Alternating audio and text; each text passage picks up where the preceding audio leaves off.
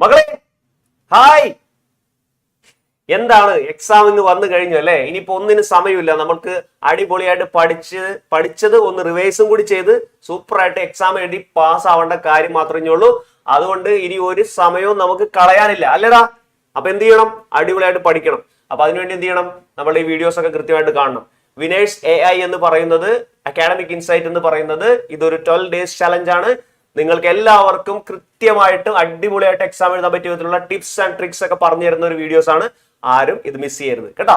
അപ്പോ എല്ലാവർക്കും കാണിക്കുക, നിങ്ങൾ കാണുക, കൂട്ടുകാരെയും കാണിക്കുക, എല്ലാവരും കാണുക കേട്ടോ. നമുക്ക് പോവാം. നമുക്ക് നമ്മളുടെ ഇംഗ്ലീഷ് എക്സാമിനെ പറ്റി സംസാരിക്കാം. Yes, okay. നമ്മുടെ ഇംഗ്ലീഷ് എസെൻഷ്യൽസ് എന്ന് പറയുന്ന ഈ ഒരു പ്രോഗ്രാമിലൂടെ ഞാൻ നിങ്ങൾക്ക് പറഞ്ഞു തരാൻ പോകുന്നത് നമ്മുടെ ഈ ഓണം എക്സാമിന് വരുന്ന ചാപ്റ്റേഴ്സിൽ വരുന്ന പ്രധാനപ്പെട്ട പ്രൊബബിൾ ക്വസ്റ്റ്യൻസ് ഒക്കെയാണ് പറഞ്ഞുതരാൻ പോകുന്നത് കേട്ടോ.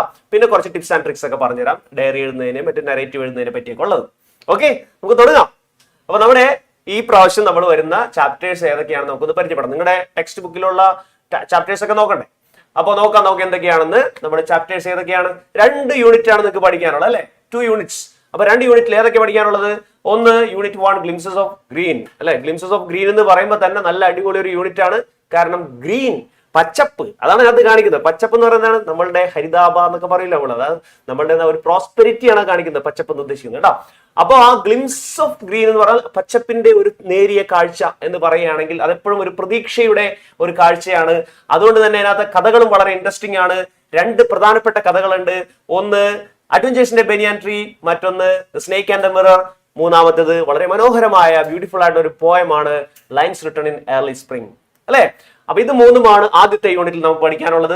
രണ്ടാമത്തെ യൂണിറ്റ് ഇതാ പിടിച്ചോ, ദ ഫ്രെയിംസ് അല്ലെ? അത് കൂടുതലും സിനിമ മുതലായ കാര്യങ്ങളെ പറ്റിയാണ് അല്ലെ? 2 കഥകൾ സിനിമയെ പറ്റിയാണ്. കഥയല്ല ശരിക്കും പറഞ്ഞാൽ. ഒന്ന് നമ്മുടെ പ്രൊജക്ട് ടൈഗർ എന്ന് പറയുന്ന സത്യജിത് റേയുടെ മെമ്മോയർ ആണ്. രണ്ടാമത്തത് ബ്ലോയിൻ ഇൻ ദ വിൻഡ്, അതും ഒരു ബോബ് ഡിലൻ എന്ന് പറയുന്ന വളരെ ഫേമസ് ആയിട്ടുള്ള ഒരു ഗായകന്റെ ഒരു പോയമാണ്. പോയം എന്ന് പറയുന്നതിനേക്കാൾ കൂടുതൽ അതൊരു സോങ് ആണ് അല്ലെ? ഒരുപാട് റിട്ടോറിക്കൽ ക്വസ്റ്റ്യൻസ് ഒക്കെ ഉള്ള സോങ് ആണ്. അടുത്തത് മൈ സിസ്റ്റേഴ്സ് ഷൂസ്, അത് മജീദ് മജീദി എന്ന് പറയുന്ന ഒരു ഇറാനിയൻ സംവിധായകന്റെ അദ്ദേഹത്തിന്റെ ഒരു നല്ല ബ്യൂട്ടിഫുൾ ആയിട്ടുള്ള ഒരു സ്ക്രീൻ സ്ക്രിപ്റ്റ് ആണ്. അതായത് ഒരു തിരക്കഥയാണ് അല്ലെ? അപ്പൊ അദ്ദേഹത്തിന്റെ ചിൽഡ്രൻ ഓഫ് ഹെവൻ എന്ന് പറയുന്ന വലിയൊരു അടിപൊളി സിനിമയുടെ ഭാഗമായിട്ടുള്ള മൈ സിസ്റ്റേഴ്സ് ഷൂ എന്ന് പറയുന്ന ഒരു ചെറിയ ഭാഗം, ആ സ്ക്രിപ്റ്റിന്റെ ചെറിയ ഭാഗമാണ് നമ്മൾ പഠിക്കാനുള്ളത്. ഇതാണ് മക്കളെ നിങ്ങൾക്ക് ഓണം എക്സാമിന് പഠിക്കാനുള്ളത്. ഇനി നമുക്ക് ഇതിന്റെ ഓരോരോ ചാപ്റ്റർ വൈസ് നമുക്കൊന്ന് എടുത്തു നോക്കാം. അപ്പൊ നമ്മൾ ആദ്യം എടുക്കാൻ പോകുന്നത് ഏതാണ്? First unit glimpses of green. Glimpses of ഗ്രീനിൽ നമ്മൾ ആദ്യം നോക്കാൻ പോകുന്ന ചാപ്റ്ററിന്റെ പേരാണ് അഡ്വഞ്ചേഴ്സിന്റെ ബനിയാൻ ട്രീ. ബനിയാൻ ട്രീ എന്ന് പറയുന്നത് എന്താണ്? ആൽമരം. ആൽമരത്തിലെ സാഹസികതകൾ അല്ലെ? നിങ്ങൾക്കറിയാം, ഈ കഥ വായിച്ചപ്പോ നിങ്ങൾ കണ്ടതാണ് അതിനകത്ത് ഒരു പ്രധാനപ്പെട്ട ക്യാരക്ടറായിട്ട് വരുന്നത് ഒരു ബോയാണ്. വളരെ ചെറിയ ഒരു 10-11 വയസ്സ് പ്രായമുള്ള ഒരു ബോയാണ് അതിനകത്ത് ക്യാരക്ടർ. അവന്റെ അപ്പൂപ്പനുണ്ട് അതിനകത്ത്, ഗ്രാൻഡ് ഫാദർ ഉണ്ട്, അദ്ദേഹം അതിനകത്ത് പ്രധാന ക്യാരക്ടറാണ്. പിന്നെയുള്ള പ്രധാന ക്യാരക്ടറാണ് ഈ കാണുന്ന ബനിയാൻ ട്രീ അല്ലെ? അപ്പൊ ഈ ബനിയാൻ ട്രീയിലെ സാഹസികതകളുമായിട്ട് ബന്ധപ്പെട്ടുള്ള കുറച്ച് കാര്യങ്ങൾ അതിനകത്ത് വിവരിക്കുന്നുണ്ട്, രസകരമായി വിവരിക്കുന്നുണ്ട്. നമുക്കത് നോക്കാം. ഇത്രയുള്ള കാര്യങ്ങൾ. അഡ്വഞ്ചേഴ്സിന്റെ banyan tree is a short story by Ruskin Bond that narrates the experiences of a young boy who forms a special bond with a giant banyan tree near his grandparents' house. തന്റെ അപ്പൂപ്പന്റെ വീടിന്റെ അടുത്തുള്ള ഒരു ഭയങ്കരനായ എന്താണ് banian tree, ഒരു ആൽമരവുമായിട്ട് അഭേദ്യമായ ഒരു ബന്ധം പുലർത്തുന്ന ഒരു പയ്യന്റെ കഥയാണ് ഈ പറയുന്ന ഈ കഥ. The tree becomes a world of adventure for him where he observes various animals, builds a platform to read and write, and even witness a thrilling fight between a mongoose and a cobra. ആ ഒരു ആൽമരത്തിൽ അവൻ ഒരു ചെറിയ platform ഒക്കെ ഉണ്ടാക്കിയിട്ടുണ്ട്. അവിടെ കയറിയിരുന്ന അവൻ ലോകം കാണുന്നു, ഒരുപാട് മൃഗങ്ങളെ കാണുന്നു, അവനൊരു അണ്ണാനൊക്കെ ആയിട്ട് പരിചയപ്പെടുന്നു. അതുപോലെ അവൻ ഒരുപാട് പുസ്തകങ്ങളൊക്കെ വായിക്കുന്നു. അങ്ങനെ അവൻ ആ ആൽമരവുമായിട്ട് വളരെയധികം ബന്ധപ്പെട്ടിരിക്കുന്നു. അവൻ അവിടെ ഇരുന്നിട്ട് ഒരു അടിപൊളി ഫൈറ്റ് കണ്ടു. എന്താ ഫൈറ്റ്? ഒരു മംഗൂസും ഒരു കോബ്രയും തമ്മിലുള്ള കിടിലം ഫൈറ്റ് അവൻ അതിന്റെ മുകളിൽ ഇരുന്ന് താഴേക്ക് നോക്കി കണ്ടു. അപ്പൊ അതും പറയുന്നുണ്ട്. Through these experiences, the story beautifully captures the boy's connection with nature and the simple joys of childhood. അതായത് അവന്റെ ആ പ്രകൃതിയുമായിട്ടുള്ള ആ കണക്ഷനും അവന്റെ ആ ചെറുപ്പത്തിന്റെ ആ കുട്ടിത്വത്തിന്റെ നിഷ്കളങ്കതയും ഈ കഥയിലൂടെ നമ്മൾ വരച്ചു കാണിക്കുന്നു. ആ കഥയാണ് നമുക്ക് പഠിക്കാനുള്ളത്. എന്താണ് ആ കഥയിൽ നമുക്ക് പ്രത്യേകിച്ച് പഠിക്കാനുള്ളത് നോക്കണമെങ്കിൽ അതിനുവേണ്ടി നമ്മൾ ഒന്ന് സ്റ്റഡി ചെയ്യണം. നമുക്കൊന്ന് സ്റ്റഡി ചെയ്തിട്ട് വരാം. നമുക്കൊന്ന് സ്റ്റഡി ചെയ്യാം. കഴിഞ്ഞ വർഷത്തെ ഓണം എക്സാമിന്റെ ക്വസ്റ്റ്യൻ പേപ്പറുകളൊക്കെ ഒന്ന് എടുത്ത് നോക്കാം നമുക്ക്. അങ്ങനെ എടുത്ത് നോക്കുമ്പോൾ നമുക്ക് കിട്ടിയ റിസൾട്ട് ഇതാണ്. 2023 22 നമുക്ക് എക്സാം നടന്നിട്ടുള്ളത്. പിന്നീട് അതിന് മുമ്പ് നടന്നത് 2019 18 2018 എന്തായാലും ഈ ഒരു സ്റ്റോറി വരുന്നില്ല. പക്ഷേ ഈ 3 വർഷങ്ങളിൽ ഒരുപാട് ചോദ്യങ്ങൾ, വളരെ ഇമ്പോർട്ടന്റ് ആയിട്ടുള്ള ഒരുപാട് ചോദ്യങ്ങൾ ഈ സ്റ്റോറിയിൽ നിന്ന് വന്നിട്ടുണ്ട്. അത് ഏതൊക്കെയാണെന്ന് സർ ഇവിടെ കാണിച്ചിട്ടുണ്ട്, നോക്കിക്കോളൂ. നരേഷൻ ആണ് ഇതിനകത്ത് ഇമ്പോർട്ടന്റ്. 3 വർഷങ്ങളിലും, ഈ തൊട്ടടുത്ത 3 വർഷങ്ങളിലും നരേഷൻ ചോദിച്ചിട്ടുണ്ട്, ഈ കഥയിൽ നിന്നുള്ള നരേഷൻ കേട്ടോ. അതുപോലെ തന്നെ ഈ 3 വർഷങ്ങളിലും ഈ കഥയിൽ നിന്നുള്ള ഡയറി ചോദിച്ചിട്ടുണ്ട് കേട്ടോ. അപ്പൊ അത് എത്രത്തോളം ഇമ്പോർട്ടൻസ് ആണെന്ന് നോക്കിയാൽ കൊടുത്തിരിക്കുന്നത്. പിന്നെ മറ്റൊന്ന് ഇതിലെ ക്യാരക്ടർ സ്കെച്ചാണ് കേട്ടോ. കഴിഞ്ഞ വർഷം 2023 അല്ല കഴിഞ്ഞതിന് മുമ്പത്തെ വർഷം അത് ചോദിച്ചിട്ടുണ്ട് കേട്ടോ. 2023 ക്വസ്റ്റ്യനിൽ എന്താണ് ക്യാരക്ടർ സ്കെച്ച് ചോദിച്ചിട്ടുണ്ട്. പിന്നെ ചോദിച്ചിരിക്കുന്നത് ഒരു കോൺവെർസേഷൻ വന്നിട്ടുണ്ട് ദാ ഇവിടെ. പിന്നെ വന്നിരിക്കുന്നത് സ്പീച്ച് വന്നിട്ടുണ്ട്. എന്താണ് ഒരു പ്രാവശ്യം ചോദിച്ചിട്ടുണ്ട് 2019. ഇതാണ് നമ്മുടെ ഈ ചാപ്റ്ററിൽ നിന്നുള്ള ക്വസ്റ്റ്യൻസ് വന്നിട്ടുള്ളത്. ഒന്ന് നോക്കിയ മക്കളെ, അപ്പൊ ഈ ചാപ്റ്ററിന് എത്രത്തോളം ഇമ്പോർട്ടൻസ് ആണ് ആ ഫസ്റ്റ് ടേം എക്സാമിനുള്ളതെന്ന് ശ്രദ്ധിച്ചു നോക്കി. വലിയ 7 മാർക്കിന്റെ ചോദ്യങ്ങളാണ് ഇതിനകത്ത് നിന്ന് വന്നിട്ടുള്ളത് കേട്ടോ. വലിയ ചോദ്യങ്ങൾ, അതായത് നറേഷൻ, റിവ്യൂ പോലുള്ള ചോദ്യങ്ങൾ നമുക്ക് ഇതിനകത്ത് പ്രതീക്ഷിക്കാം കേട്ടോ. അപ്പൊ അതാണ് നമ്മൾ ഇതിനകത്ത് കൂടുതൽ പ്രതീക്ഷിക്കേണ്ടത്. അപ്പോൾ ശ്രദ്ധിക്കുക, പഠിക്കുമ്പോൾ നല്ല ഇമ്പോർട്ടൻസ് കൊടുത്ത് പഠിക്കേണ്ടത് ഏതിനാണെന്നുള്ള കാര്യം നമുക്കൊന്ന് കൃത്യമായിട്ട് അനലൈസ് ചെയ്യാം കേട്ടോ. ഓക്കെ, നരേറ്റീവ് റൈറ്റിംഗ് തന്നെ എടുക്കാം നമുക്ക്. നരേറ്റീവ് റൈറ്റിംഗിനാണെങ്കിൽ നമ്മൾ എങ്ങനെയാണ് നരേറ്റീവ് റൈറ്റിംഗ് എഴുതേണ്ടത്? അതിൽ പ്രത്യേകത എന്ന് പറയുന്നത് എന്താണ്? ഒരു വിവരണമാണ്, അല്ല ജസ്റ്റ് ഒരു നരേഷൻ, ഒരു വിവരണമാണ്, ഒരു സംഭവത്തെ പറ്റി വിവരിക്കുകയാണ്. ഇപ്പോൾ ആ കഥയിലെ ഒരു ക്യാരക്ടറാണ് നിങ്ങളെന്ന് വിചാരിക്കാം, ആ ബോയ് ആണെന്ന് വിചാരിക്കാം. നിങ്ങളാണ് ആ ഒരു ഫൈറ്റ് കാണുന്നത്. അപ്പൊ നിങ്ങൾ അതൊന്ന് വിവരിക്കുക, അതൊന്ന് നരേറ്റ് ചെയ്യുക. അപ്പൊ എന്ത് ചെയ്യണം? Visualise how the character views the story, write it in the words of the given character. ക്യാരക്ടറിന്റെ കണ്ണിലൂടെ ആ സ്റ്റോറി കണ്ടുകൊണ്ട് എഴുതുക. അപ്പൊ ക്യാരക്ടർ പറയുമ്പോൾ എന്ത് ചെയ്യും? ഐ, മീ എന്നുള്ള വാക്കുകളൊക്കെ ക്യാരക്ടർ ഉപയോഗിക്കൂലേ, ആ ബോയ് ഉപയോഗിക്കൂലേ? ഐ സോ എ ഫൈറ്റ് എന്നൊക്കെ പറയൂലേ? അപ്പൊ അങ്ങനെ ഐ, മീ എന്നീ വാക്കുകളൊക്കെ ഉപയോഗിച്ചുകൊണ്ട് ആ നരേഷൻ അടിപൊളിയായിട്ട് ഭംഗിയായിട്ട് എഴുതുക കേട്ടോ. ഇതാണ് നരേഷനിലെ ഒരു പ്രധാന ശ്രദ്ധിക്കേണ്ട ഒരു കാര്യം. ഇനി നരേഷൻ അല്ല, ഇനി ചിലപ്പോൾ റിവ്യൂ ആയിട്ടാണ് ചോദിച്ചിരിക്കുന്നതെങ്കിലോ? സാധ്യതയില്ല, എന്നാലും ഞാൻ പറഞ്ഞുതരാണ്. റിവ്യൂ ആയിട്ടാണ് ചോദിക്കുന്നതെങ്കിൽ ആ കഥയിലെ ഏതെങ്കിലും ഒരു കാര്യം മാത്രമല്ല നരേറ്റ് ചെയ്യുന്നത്, ആ കഥ മൊത്തത്തിൽ നരേറ്റ് ചെയ്യണം കേട്ടോ. ആ കഥ മൊത്തത്തിൽ നരേറ്റ് ചെയ്യുമ്പോൾ ആ കഥ എന്താണ്, ആ കഥ ഏത് രൂപത്തിലുള്ള കഥയാണ്, ആരാണ് എഴുതിയിരിക്കുന്നത് എന്നുള്ള കാര്യങ്ങൾ നമ്മൾ ആദ്യം പറഞ്ഞു തുടങ്ങണം. അപ്പൊ റിവ്യൂ ആവുമ്പോൾ ഇങ്ങനെ ഒരു കാര്യത്തോടു കൂടി തുടങ്ങണം. എന്താണ്? Name of the writing, form of the writing and name of the author കേട്ടോ. നെയിം ഓഫ് ദ റൈറ്റിംഗ് എന്ന് പറയുന്നത് എന്താണ്? നമ്മുടെ ഈ കഥ adventures in a banyan tree. Form of the writing എന്ന് പറയുന്നത് എന്താണ്? അതൊരു ഷോർട്ട് സ്റ്റോറിയാണ്, ഇറ്റ്സ് എ ഷോർട്ട് സ്റ്റോറി. ഇനി by name of the author, ആരാണ്? ബൈ റുസ്കിൻ ബോണ്ട്. അപ്പൊ ഇത് റുസ്കിൻ ബോണ്ട് എഴുതിയ ഷോർട്ട് സ്റ്റോറിയാണ് എന്ന് പറഞ്ഞു തുടങ്ങണം. അതിനോടൊപ്പം തന്നെ ഒരു എക്സാമ്പിൾ ആയിട്ട് ഞാൻ എഴുതിയിരിക്കുന്ന പ്രൊജക്ട് ടൈഗർ ആണ് കേട്ടോ. Project tiger is a memoir by Satyajit Ray കണ്ടോ. അപ്പൊ അതേപോലെ തന്നെ ഇത് എന്തിനെ പറ്റിയാണ് ഈ കഥ പറയുന്നത്? അപ്പൊ നമ്മൾ നേരത്തെ ഒരു സമ്മറി പറഞ്ഞില്ലേ, അതിന്റെ ഒരു ചെറിയൊരു സമ്മറി ആയിട്ട് നമ്മൾ ആ കാര്യം എഴുതുക. Connection of A boy with banian tree എന്ന് പറഞ്ഞ് തുടങ്ങുന്ന ഒരു ചെറിയ കാര്യം അത് എഴുതുക. അതിനുശേഷം എന്ത് ചെയ്യണം? ഒന്ന് ചുരുക്കി എഴുതുക കേട്ടോ. കൃതി ഒന്ന് ചുരുക്കി എഴുതുക, കാര്യങ്ങൾ മുഴുവൻ ഒന്ന് ഒതുക്കി എഴുതുക. കാരണം ഒരുപാട് വലിയ കഥയാണ്, അപ്പൊ അത് മുഴുവൻ എഴുതാൻ നിന്ന് കഴിഞ്ഞാൽ നമുക്ക് ശരിയാവില്ല. അപ്പൊ കൃതിയുടെ ലക്ഷ്യം എഴുതുക, അവസാനം അത് ഒരു കൺക്ലൂഡ് ചെയ്തിട്ട് നല്ലൊരു ഭംഗിയുള്ള ഒരു കഥയാണെന്നുള്ള രീതിയിൽ കൺക്ലൂഡ് ചെയ്ത് അവസാനിപ്പിക്കണം കേട്ടോ. ഇതാണ് നല്ലൊരു റിവ്യൂ എഴുതുന്ന രീതി കേട്ടോ. സാധ്യത കൂടുതലും നരേഷനാണ് ഞാൻ പറയുന്നത്, എന്നാലും റിവ്യൂവും കൂടി ഒന്ന് അറിഞ്ഞിരിക്കേണ്ടത് നല്ലതാണ്. ഇനി ഇതിൽ വരുന്ന ആ നരേഷന് വരുന്ന പ്രധാന ചോദ്യങ്ങൾ എന്താണെന്ന് നമുക്ക് നോക്കാം. നിങ്ങൾക്ക് വിനേഷിന്റെ സ്റ്റഡി മെറ്റീരിയൽ ഉണ്ടെങ്കിൽ അതിനകത്ത് കൃത്യമായിട്ട് അടയാളപ്പെടുത്തിയിട്ടുണ്ട്. നിങ്ങളുടെ പഠിക്കാനുള്ള ആ ഒരു നരേഷൻ കൃത്യമായിട്ട് എഴുതിയിട്ടുണ്ട്. The fight between the cobra and the mongoose in the story adventures in the banyan tree is an exciting one കേട്ടോ. Narrate the fight scene in your own words. നിങ്ങളുടെ സ്വന്തം വാക്കുകളിൽ ഞാൻ നരേഷൻ എഴുതുക. അപ്പൊ എങ്ങനെയുണ്ട്? ആ കുട്ടിയായിട്ടിരുന്ന് നരേഷൻ എഴുതണ്ടേ? അതാണ് ഇതിനകത്ത് പറയുന്നത് കേട്ടോ. ഇനി അടുത്തൊരു ചോദ്യം, അടുത്ത ചോദ്യം എന്ന് പറഞ്ഞാൽ ഇനി വരാൻ പോകുന്ന സാധ്യതകൾ എന്താ അതിനകത്ത്? ഡയറി റൈറ്റിംഗ് ആണ്. ഞാൻ പറഞ്ഞില്ല, ഡയറിയും ചോദിച്ചിട്ടുണ്ട്. അപ്പൊ ഡയറി നോക്കുമ്പോൾ നമ്മൾ പ്രധാനമായിട്ടും അറിയേണ്ട ചില കാര്യങ്ങൾ ഡയറിയിലെ ചില ടിപ്സ് ആൻഡ് ട്രിക്സ് ആണ്. ഡയറി എന്ന് പറയുന്നത് നമ്മൾക്ക് വേണ്ടി എഴുതുന്നതാണ്. വേറെ ആരെങ്കിലും വായിക്കാനാണോ? അല്ലല്ല. അപ്പൊ നമുക്ക് വേണ്ടി എഴുതുമ്പോൾ അതിലെ ചില കാര്യങ്ങൾ ഉൾപ്പെടുത്തുക. ഒന്ന്, ഒരു ഡയറിയുടെ പേജ് തുറന്നാൽ ആദ്യം നിങ്ങൾ മുകളിൽ കാണുന്ന എന്താണ്? ഡേ, ഡേറ്റ്, മന്ത്, ഇയർ അല്ലെ. അപ്പൊ അത് കൃത്യമായിട്ട് അടയാളപ്പെടുത്തിയിരിക്കണം, എഴുതിയിരിക്കണം ലെഫ്റ്റ് സൈഡിൽ. പിന്നെ എന്താണ്? ഡയറി തുടങ്ങുകയാണ്. ഡയറി തുടങ്ങുമ്പോൾ നമ്മൾ ആ ഒരു ദിവസത്തെ പ്രത്യേകത, ആൻ അൺഫോർഗറ്റബിൾ ഡേ എന്നൊക്കെ പറഞ്ഞാണ് തുടങ്ങുക കേട്ടോ. അപ്പൊ ആ പ്രത്യേകത പറഞ്ഞു തുടങ്ങുമ്പോൾ തന്നെ വാട്ട് എ വണ്ടർഫുൾ ഡേ അങ്ങനെ പറഞ്ഞു തുടങ്ങുക. അപ്പൊ നിങ്ങൾക്ക് അതൊരു എക്സ്ക്ലമേഷൻ മാർക്കോട് കൂടി ഇടുക. അതായത് എക്സ്ക്ലമേഷൻ മാർക്ക് ഒരു വരെയും വെച്ച് കുത്തും. അപ്പൊ ആ മാർക്കോട് കൂടി തുടങ്ങുന്ന വെച്ചാൽ അതൊരു എക്സ്ക്ലമേറ്ററി സെന്റൻസ് ആണ്.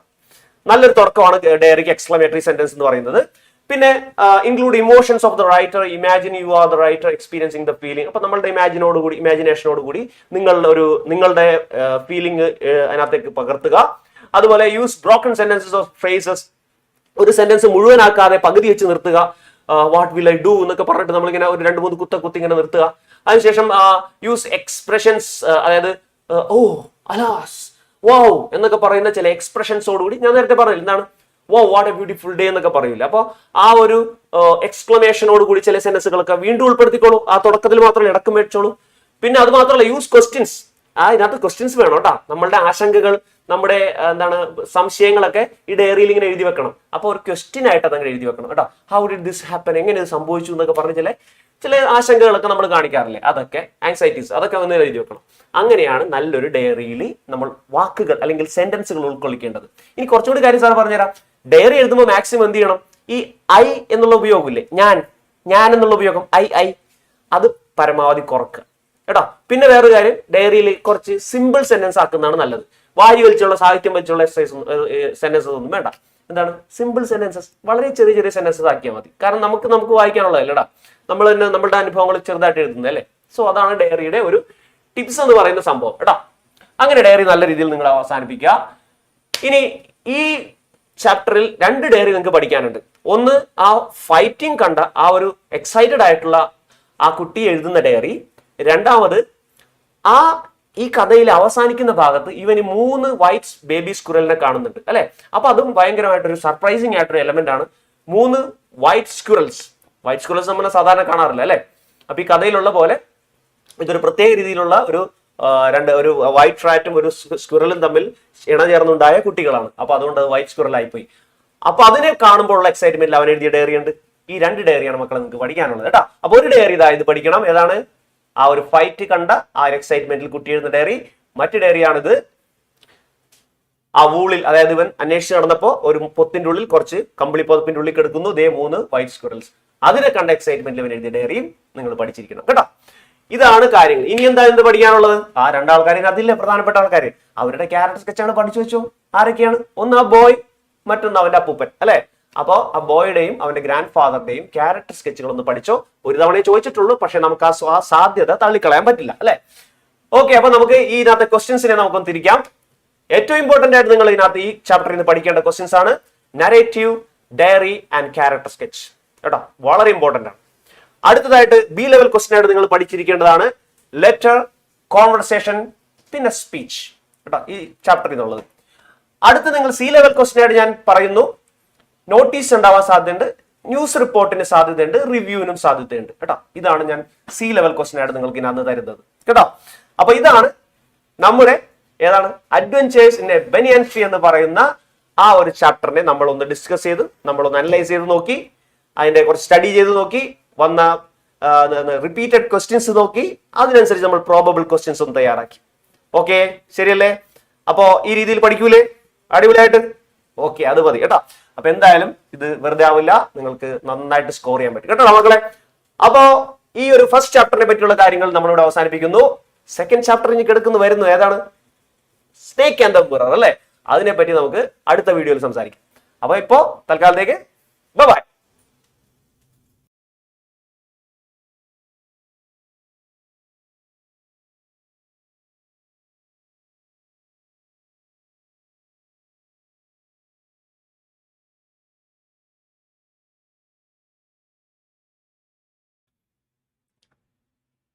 യെസ് മക്കളെ, ഹായ്. അപ്പൊ നമ്മള് 2ാമത്തെ ചാപ്റ്റർ ഡിസ്കസ് ചെയ്യാൻ പോവാണ് കേട്ടോ. നമ്മുടെ ആദ്യത്തെ യൂണിറ്റ് ആയിട്ടുള്ള ഗ്ലിംസസ് ഓഫ് ഗ്രീനിന്റെ 2ാമത്തെ chapter, the snake and the mirror കേട്ടോ. The snake and the mirror അല്ലെ, ഒരു പ്രത്യേക രീതിയിലുള്ള ഒരു കഥ അല്ലെ. ആ കഥ എഴുതിയിരിക്കുന്നത് മലയാളത്തിലെ ഏറ്റവും പ്രിയപ്പെട്ട കഥാകാരൻ വൈക്കം മുഹമ്മദ് ബഷീർ. അദ്ദേഹത്തിന്റെ ഒരു ഉഗ്രൻ കഥ, നല്ല രസകരമായ ഒരു കഥ, പ്രത്യേകിച്ച് ഈ പാമ്പും മറ്റ് പ്രകൃതി ജീവികളൊക്കെ കൂടി ചേർന്നിട്ടുള്ള കഥയാണ് അല്ലെ. അപ്പോ അദ്ദേഹത്തിന്റെ പല കഥകളും അങ്ങനെ പ്രകൃതിയുമായിട്ട് ഇണചേർന്നിരിക്കുന്ന കഥകൾ തന്നെയാണ് വൈക്കം മുഹമ്മദ് ബഷീറിന്റെ. ആ കഥയാണ് the snake and the mirror. പാമ്പും കണ്ണാടിയും. പാമ്പിനെ കണ്ട് പേടിച്ച ഒരു ഡോക്ടറും കണ്ണാടിയിൽ പാമ്പിന്റെ പ്രതിഫലനം കണ്ട് അല്ലെങ്കിൽ അതിന്റെ റിഫ്ലക്ഷൻ കണ്ട് അതിൽ മതിമറന്നിരുന്നു പോയ ഒരു പാമ്പും, അങ്ങനെ രക്ഷപ്പെട്ട ഒരു ഡോക്ടറിന്റെ ഒരു രസകരമായ ഒരു ചെറിയൊരു കുഞ്ഞടി ഇൻസിഡന്റ്. ഓക്കെ, നമുക്കൊന്ന് നോക്കാം എന്താണെന്നത്. The Snake and the Mirror by Waikem Muhammad Bashir is a humorous short story that tells the tale of a young poor doctor who has a terrifying encounter with a snake in his small dimly lit room. തൻ്റെ ചെറിയ വെളിച്ചമുള്ള ആ ഒരു കുഞ്ഞ് മുറിയിൽ, ആ ഒരു rented ആയിട്ടുള്ള റൂമിൽ ഒരു പാവം ഡോക്ടർ താമസിക്കുന്നു. അവിടെ അദ്ദേഹം വളരെ രസകരം എന്ന് വെച്ച് കഴിഞ്ഞാൽ അദ്ദേഹത്തിന്റെ രസകരമല്ല, നമുക്കത് വായിക്കുമ്പോൾ രസകരം അല്ലെ, ഹ്യൂമറസ് ആയിട്ടുള്ള ഒരു ഇൻസിഡന്റ്. ആ ഇൻസിഡന്റ് എന്താണ്? ഈ ഡോക്ടർ ഒരു സ്നേക്കുമായി ഫേസ് ടു ഫേസ് എന്ത് ചെയ്യുന്നു, കാണുന്നു. ഫേസ് ടു ഫേസ് കാണുന്ന വെച്ച് കഴിഞ്ഞാൽ ഒരു എൻകൗണ്ടർ തന്നെയാണ് അല്ലെ. ഇയാളുടെ തൊട്ട് ഫേസിന്റെ അടുത്ത് വന്ന് ഈ സ്നേക്ക് വന്ന് ഇയാളെ ചുറ്റി പിടിച്ചിങ്ങനെ ഇരിക്കുകയാണ്. നമ്മൾ ആ ചിത്രത്തിൽ കണ്ട പോലെ തന്നെ. അപ്പൊ അതാണ് ഈ കഥയിലെ പ്രധാനപ്പെട്ട സംഭവം. ഇനി വൺ നൈറ്റ്, ആ സംഭവം എങ്ങനെയാണെന്ന് വെച്ച് കഴിഞ്ഞാൽ, one night as he admires himself in the mirror, dreaming of a better future, a snake suddenly drops onto his shoulder. Frozen with fear, he watches as the snake moves closer to the mirror and becomes seemingly captivated by its reflection. തന്റെ മുറിയിൽ ഇരുന്ന് കണ്ണാടി നോക്കി സൂചിച്ചിങ്ങനെ സ്വപ്നം കണ്ടുകൊണ്ടിരുന്ന ഡോക്ടറുടെ മുതുകത്തേക്ക് ഒരു snake വന്ന് വീഴുന്നു, അയാളുടെ കയ്യിൽ ചുറ്റിപ്പിടിക്കുന്നു. എന്നിട്ട് അയാളെ പേടിപ്പിച്ചുകൊണ്ട് അയാളുടെ മുന്നിൽ ഇങ്ങനെ നിൽക്കുന്നു. കുറച്ചു നേരം കഴിഞ്ഞപ്പോൾ സ്നേക്ക് ദേ കണ്ണാടിയിലോട്ട് നോക്കുന്നു.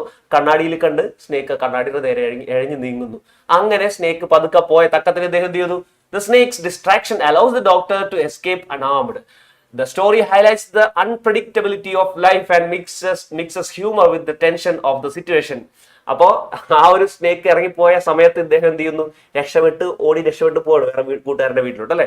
അത് കഴിഞ്ഞ് പിന്നീട് ഒരു സംഭവം കൂടി ഉണ്ടാവുന്നുണ്ട്. എന്താണ്? തിരിച്ചു വരുമ്പോൾ ഇദ്ദേഹത്തിന്റെ ഒരു വെസ്റ്റ് മാത്രം അവിടെ കിടക്കുകയാണ്. ഇദ്ദേഹത്തെ കളിയാക്കിക്കൊണ്ട് ഒരു വെസ്റ്റ് മാത്രം അവിടെ ഇട്ടുണ്ട്. ഒരു കള്ളൻ കംപ്ലീറ്റ് സാധനങ്ങളും അടിച്ചുകൊണ്ടുപോയി അല്ലെ. അതാണ് ആ കഥ. അവസാനിക്കുന്നത് അങ്ങനെയാണ്. അപ്പൊ ഇദ്ദേഹം പറയാണ്, എന്നെ കളിയാക്കാൻ വേണ്ടി തന്നെയാണ് അവനാ എന്നെ മുഷിഞ്ഞ ബനിയൻ അവിടെ ഇട്ടിരിക്കുന്നത്, ബാക്കി എല്ലാവരും അവൻ അടിച്ചുകൊണ്ടുപോയെന്ന്. കാരണം രാത്രി ഈ പാമ്പിനെ കണ്ട് പേടിച്ച് ഇയാൾ ഇറങ്ങി ഓടിക്കഴിഞ്ഞപ്പോ വാതിലടക്കാൻ മറന്നുപോയി. ഇതാണല്ലോ ഈ കഥ. ഈ കഥയും നമുക്കൊന്ന് അനലൈസ് ചെയ്ത് നോക്കാം, നമുക്കൊന്ന് സ്റ്റഡി ചെയ്ത് നോക്കാം. ഈ കഥയിൽ നിന്ന് എന്തൊക്കെയാണ് ചോദ്യം വന്നിട്ടുള്ളത്, എങ്ങനെയൊക്കെയാണ് വന്നിട്ടുള്ളത് നോക്കിക്കേ. ഓക്കെ, 2023 ഈ കഥയിൽ നിന്നും ഒരേ ഒരു ചോദ്യം വന്നിട്ടുള്ളൂ. അതെന്താണ്? ഒരു റൈറ്റപ്പാണ് ചോദിച്ചിരിക്കുന്നത് കേട്ടോ. അപ്പൊ ഇതിനകത്ത് ഈ കഥയിലെ ഹ്യൂമർ എലമെന്റിനെ പറ്റിയൊക്കെ സംസാരിക്കുന്ന ഒരു റൈറ്റപ്പ് എഴുതാനാണ് പറഞ്ഞിരിക്കുന്നത് കേട്ടോ. അപ്പൊ അത് മാത്രമാണ് 2023 ഓണം എക്സാമിന് ഈ കഥയിൽ നിന്ന് ചോദിച്ചിട്ടുള്ളത്. എന്ന് വെച്ചിട്ട് ഇതിന്റെ ഇമ്പോർട്ടൻസ് ഇല്ലാതാവുന്നില്ല. ഇത് നല്ലോണം ചോദ്യം ചോദിക്കാൻ സാധ്യതയുള്ള സ്റ്റോറി തന്നെയാണ്. നോക്കിയേ, 2022 എന്താ ചോദിച്ചിരിക്കുന്നത് നോക്കിയേ. ഒരു ക്യാരക്ടർ സ്കെച്ച് ചോദിച്ചിട്ടുണ്ട്. നമ്മുടെ ഡോക്ടറിന്റെ ക്യാരക്ടർ സ്കെച്ച് തന്നെയാണ്, വേറൊന്നുമില്ല. അടുത്തത് ഒരു ലെറ്റർ ചോദിച്ചിട്ടുണ്ട്. ലെറ്റർക്ക് വളരെ ഇമ്പോർട്ടന്റ് ആണ്. എന്താണ്? ഡോക്ടർ ഈ ഇൻസിഡന്റിനെ പറ്റി തന്റെ കൂട്ടുകാരന് ലെറ്റർ അയക്കുന്നു, അത് ചോദിച്ചിട്ടുണ്ട്. ഇനി 2019 നോക്കി കഴിഞ്ഞാൽ ക്യാരക്ടർ സ്കെച്ച് വീണ്ടും ചോദിച്ചിട്ടുണ്ട്, കോൺവെർസേഷൻ ചോദിച്ചിട്ടുണ്ട് കേട്ടോ. കോൺവെർസേഷൻ ഞാൻ പറഞ്ഞില്ലേ, അൺപ്രഡിക്റ്റബിൾ ആണ്, ഏത് വേണമെങ്കിലും ആവും, ആരുമായിട്ട് വേണമെങ്കിലും ആകാം. നമ്മൾ എന്തെങ്കിലും കോൺവെർസേഷൻ പഠിച്ചുകൊണ്ട് പോയിട്ട് കാര്യമൊന്നുമില്ല. എന്താണ്? പലരുമായിട്ടുള്ള കോൺവെർസേഷൻ മാറി മാറി ചോദിക്കാം. കോൺവെർസേഷൻ ചോദിച്ചിട്ടുണ്ട്. 2018 കൂടുതൽ ചോദിച്ചിട്ടുണ്ട്. എന്തൊക്കെയാണ്? നരേഷൻ ചോദിച്ചിട്ടുണ്ട്, ഡയറി ചോദിച്ചിട്ടുണ്ട്, പിന്നെന്താണ്? ഒരു റൈറ്റപ്പും ചോദിച്ചിട്ടുണ്ട്.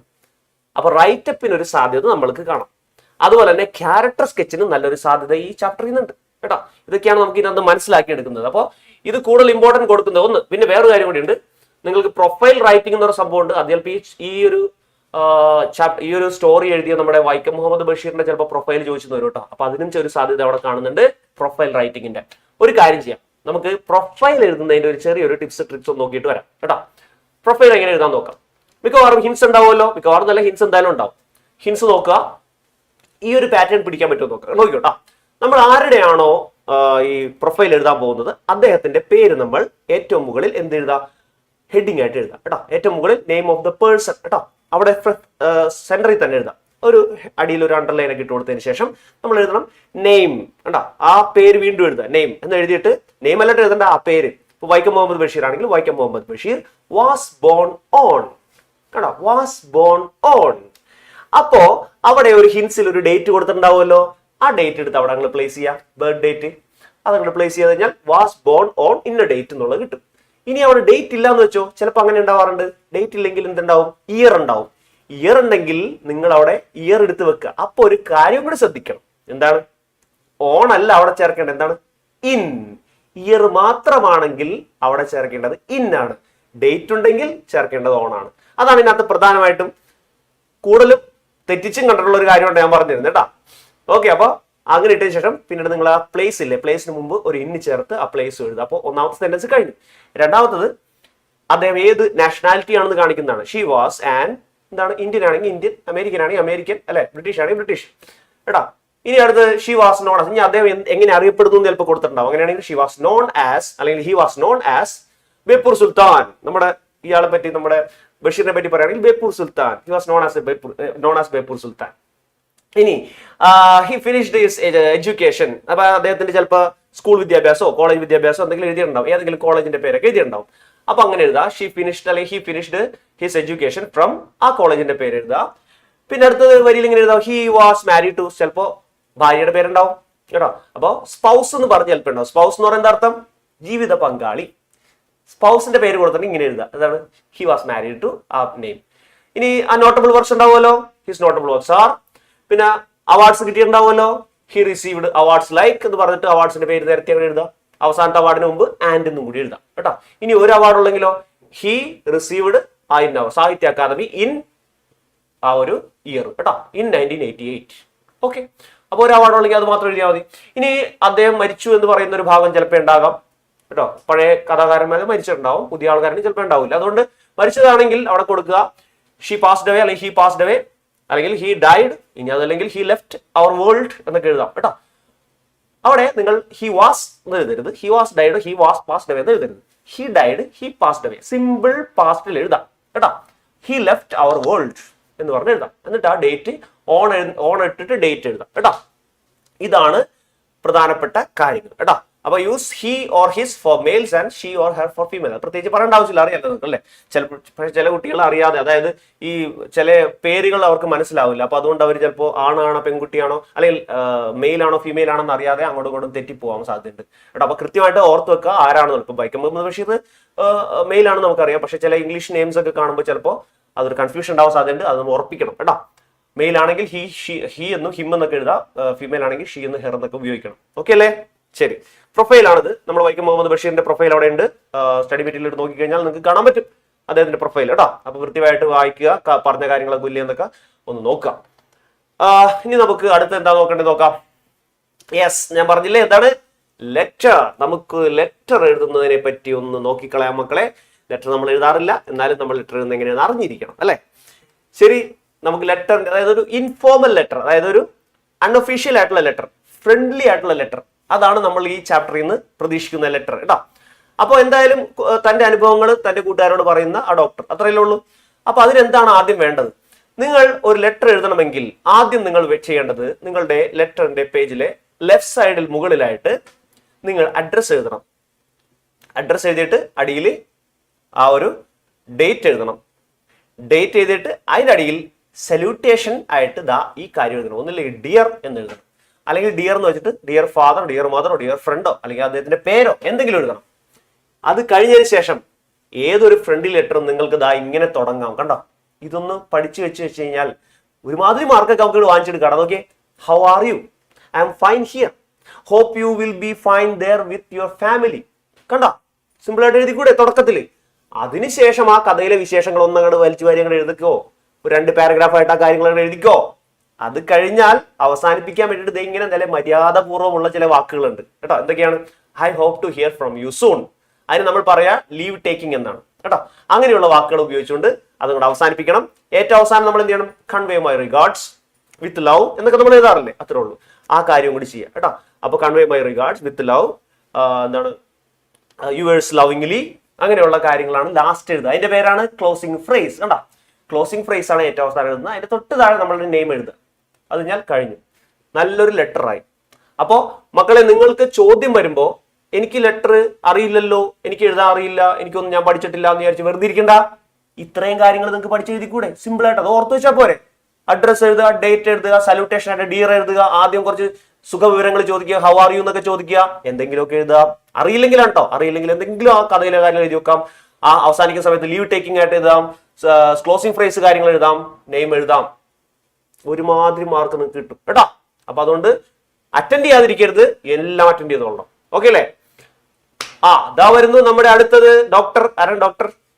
ഞാൻ എപ്പോഴും ഈ കഥ വായിക്കുമ്പോൾ എന്റെ മനസ്സിൽ ആ ഡോക്ടറായിട്ട് വിരിഞ്ഞു വരുന്നത് ഇതാ ഈ മനുഷ്യന്റെ രൂപമാണ് കേട്ടോ.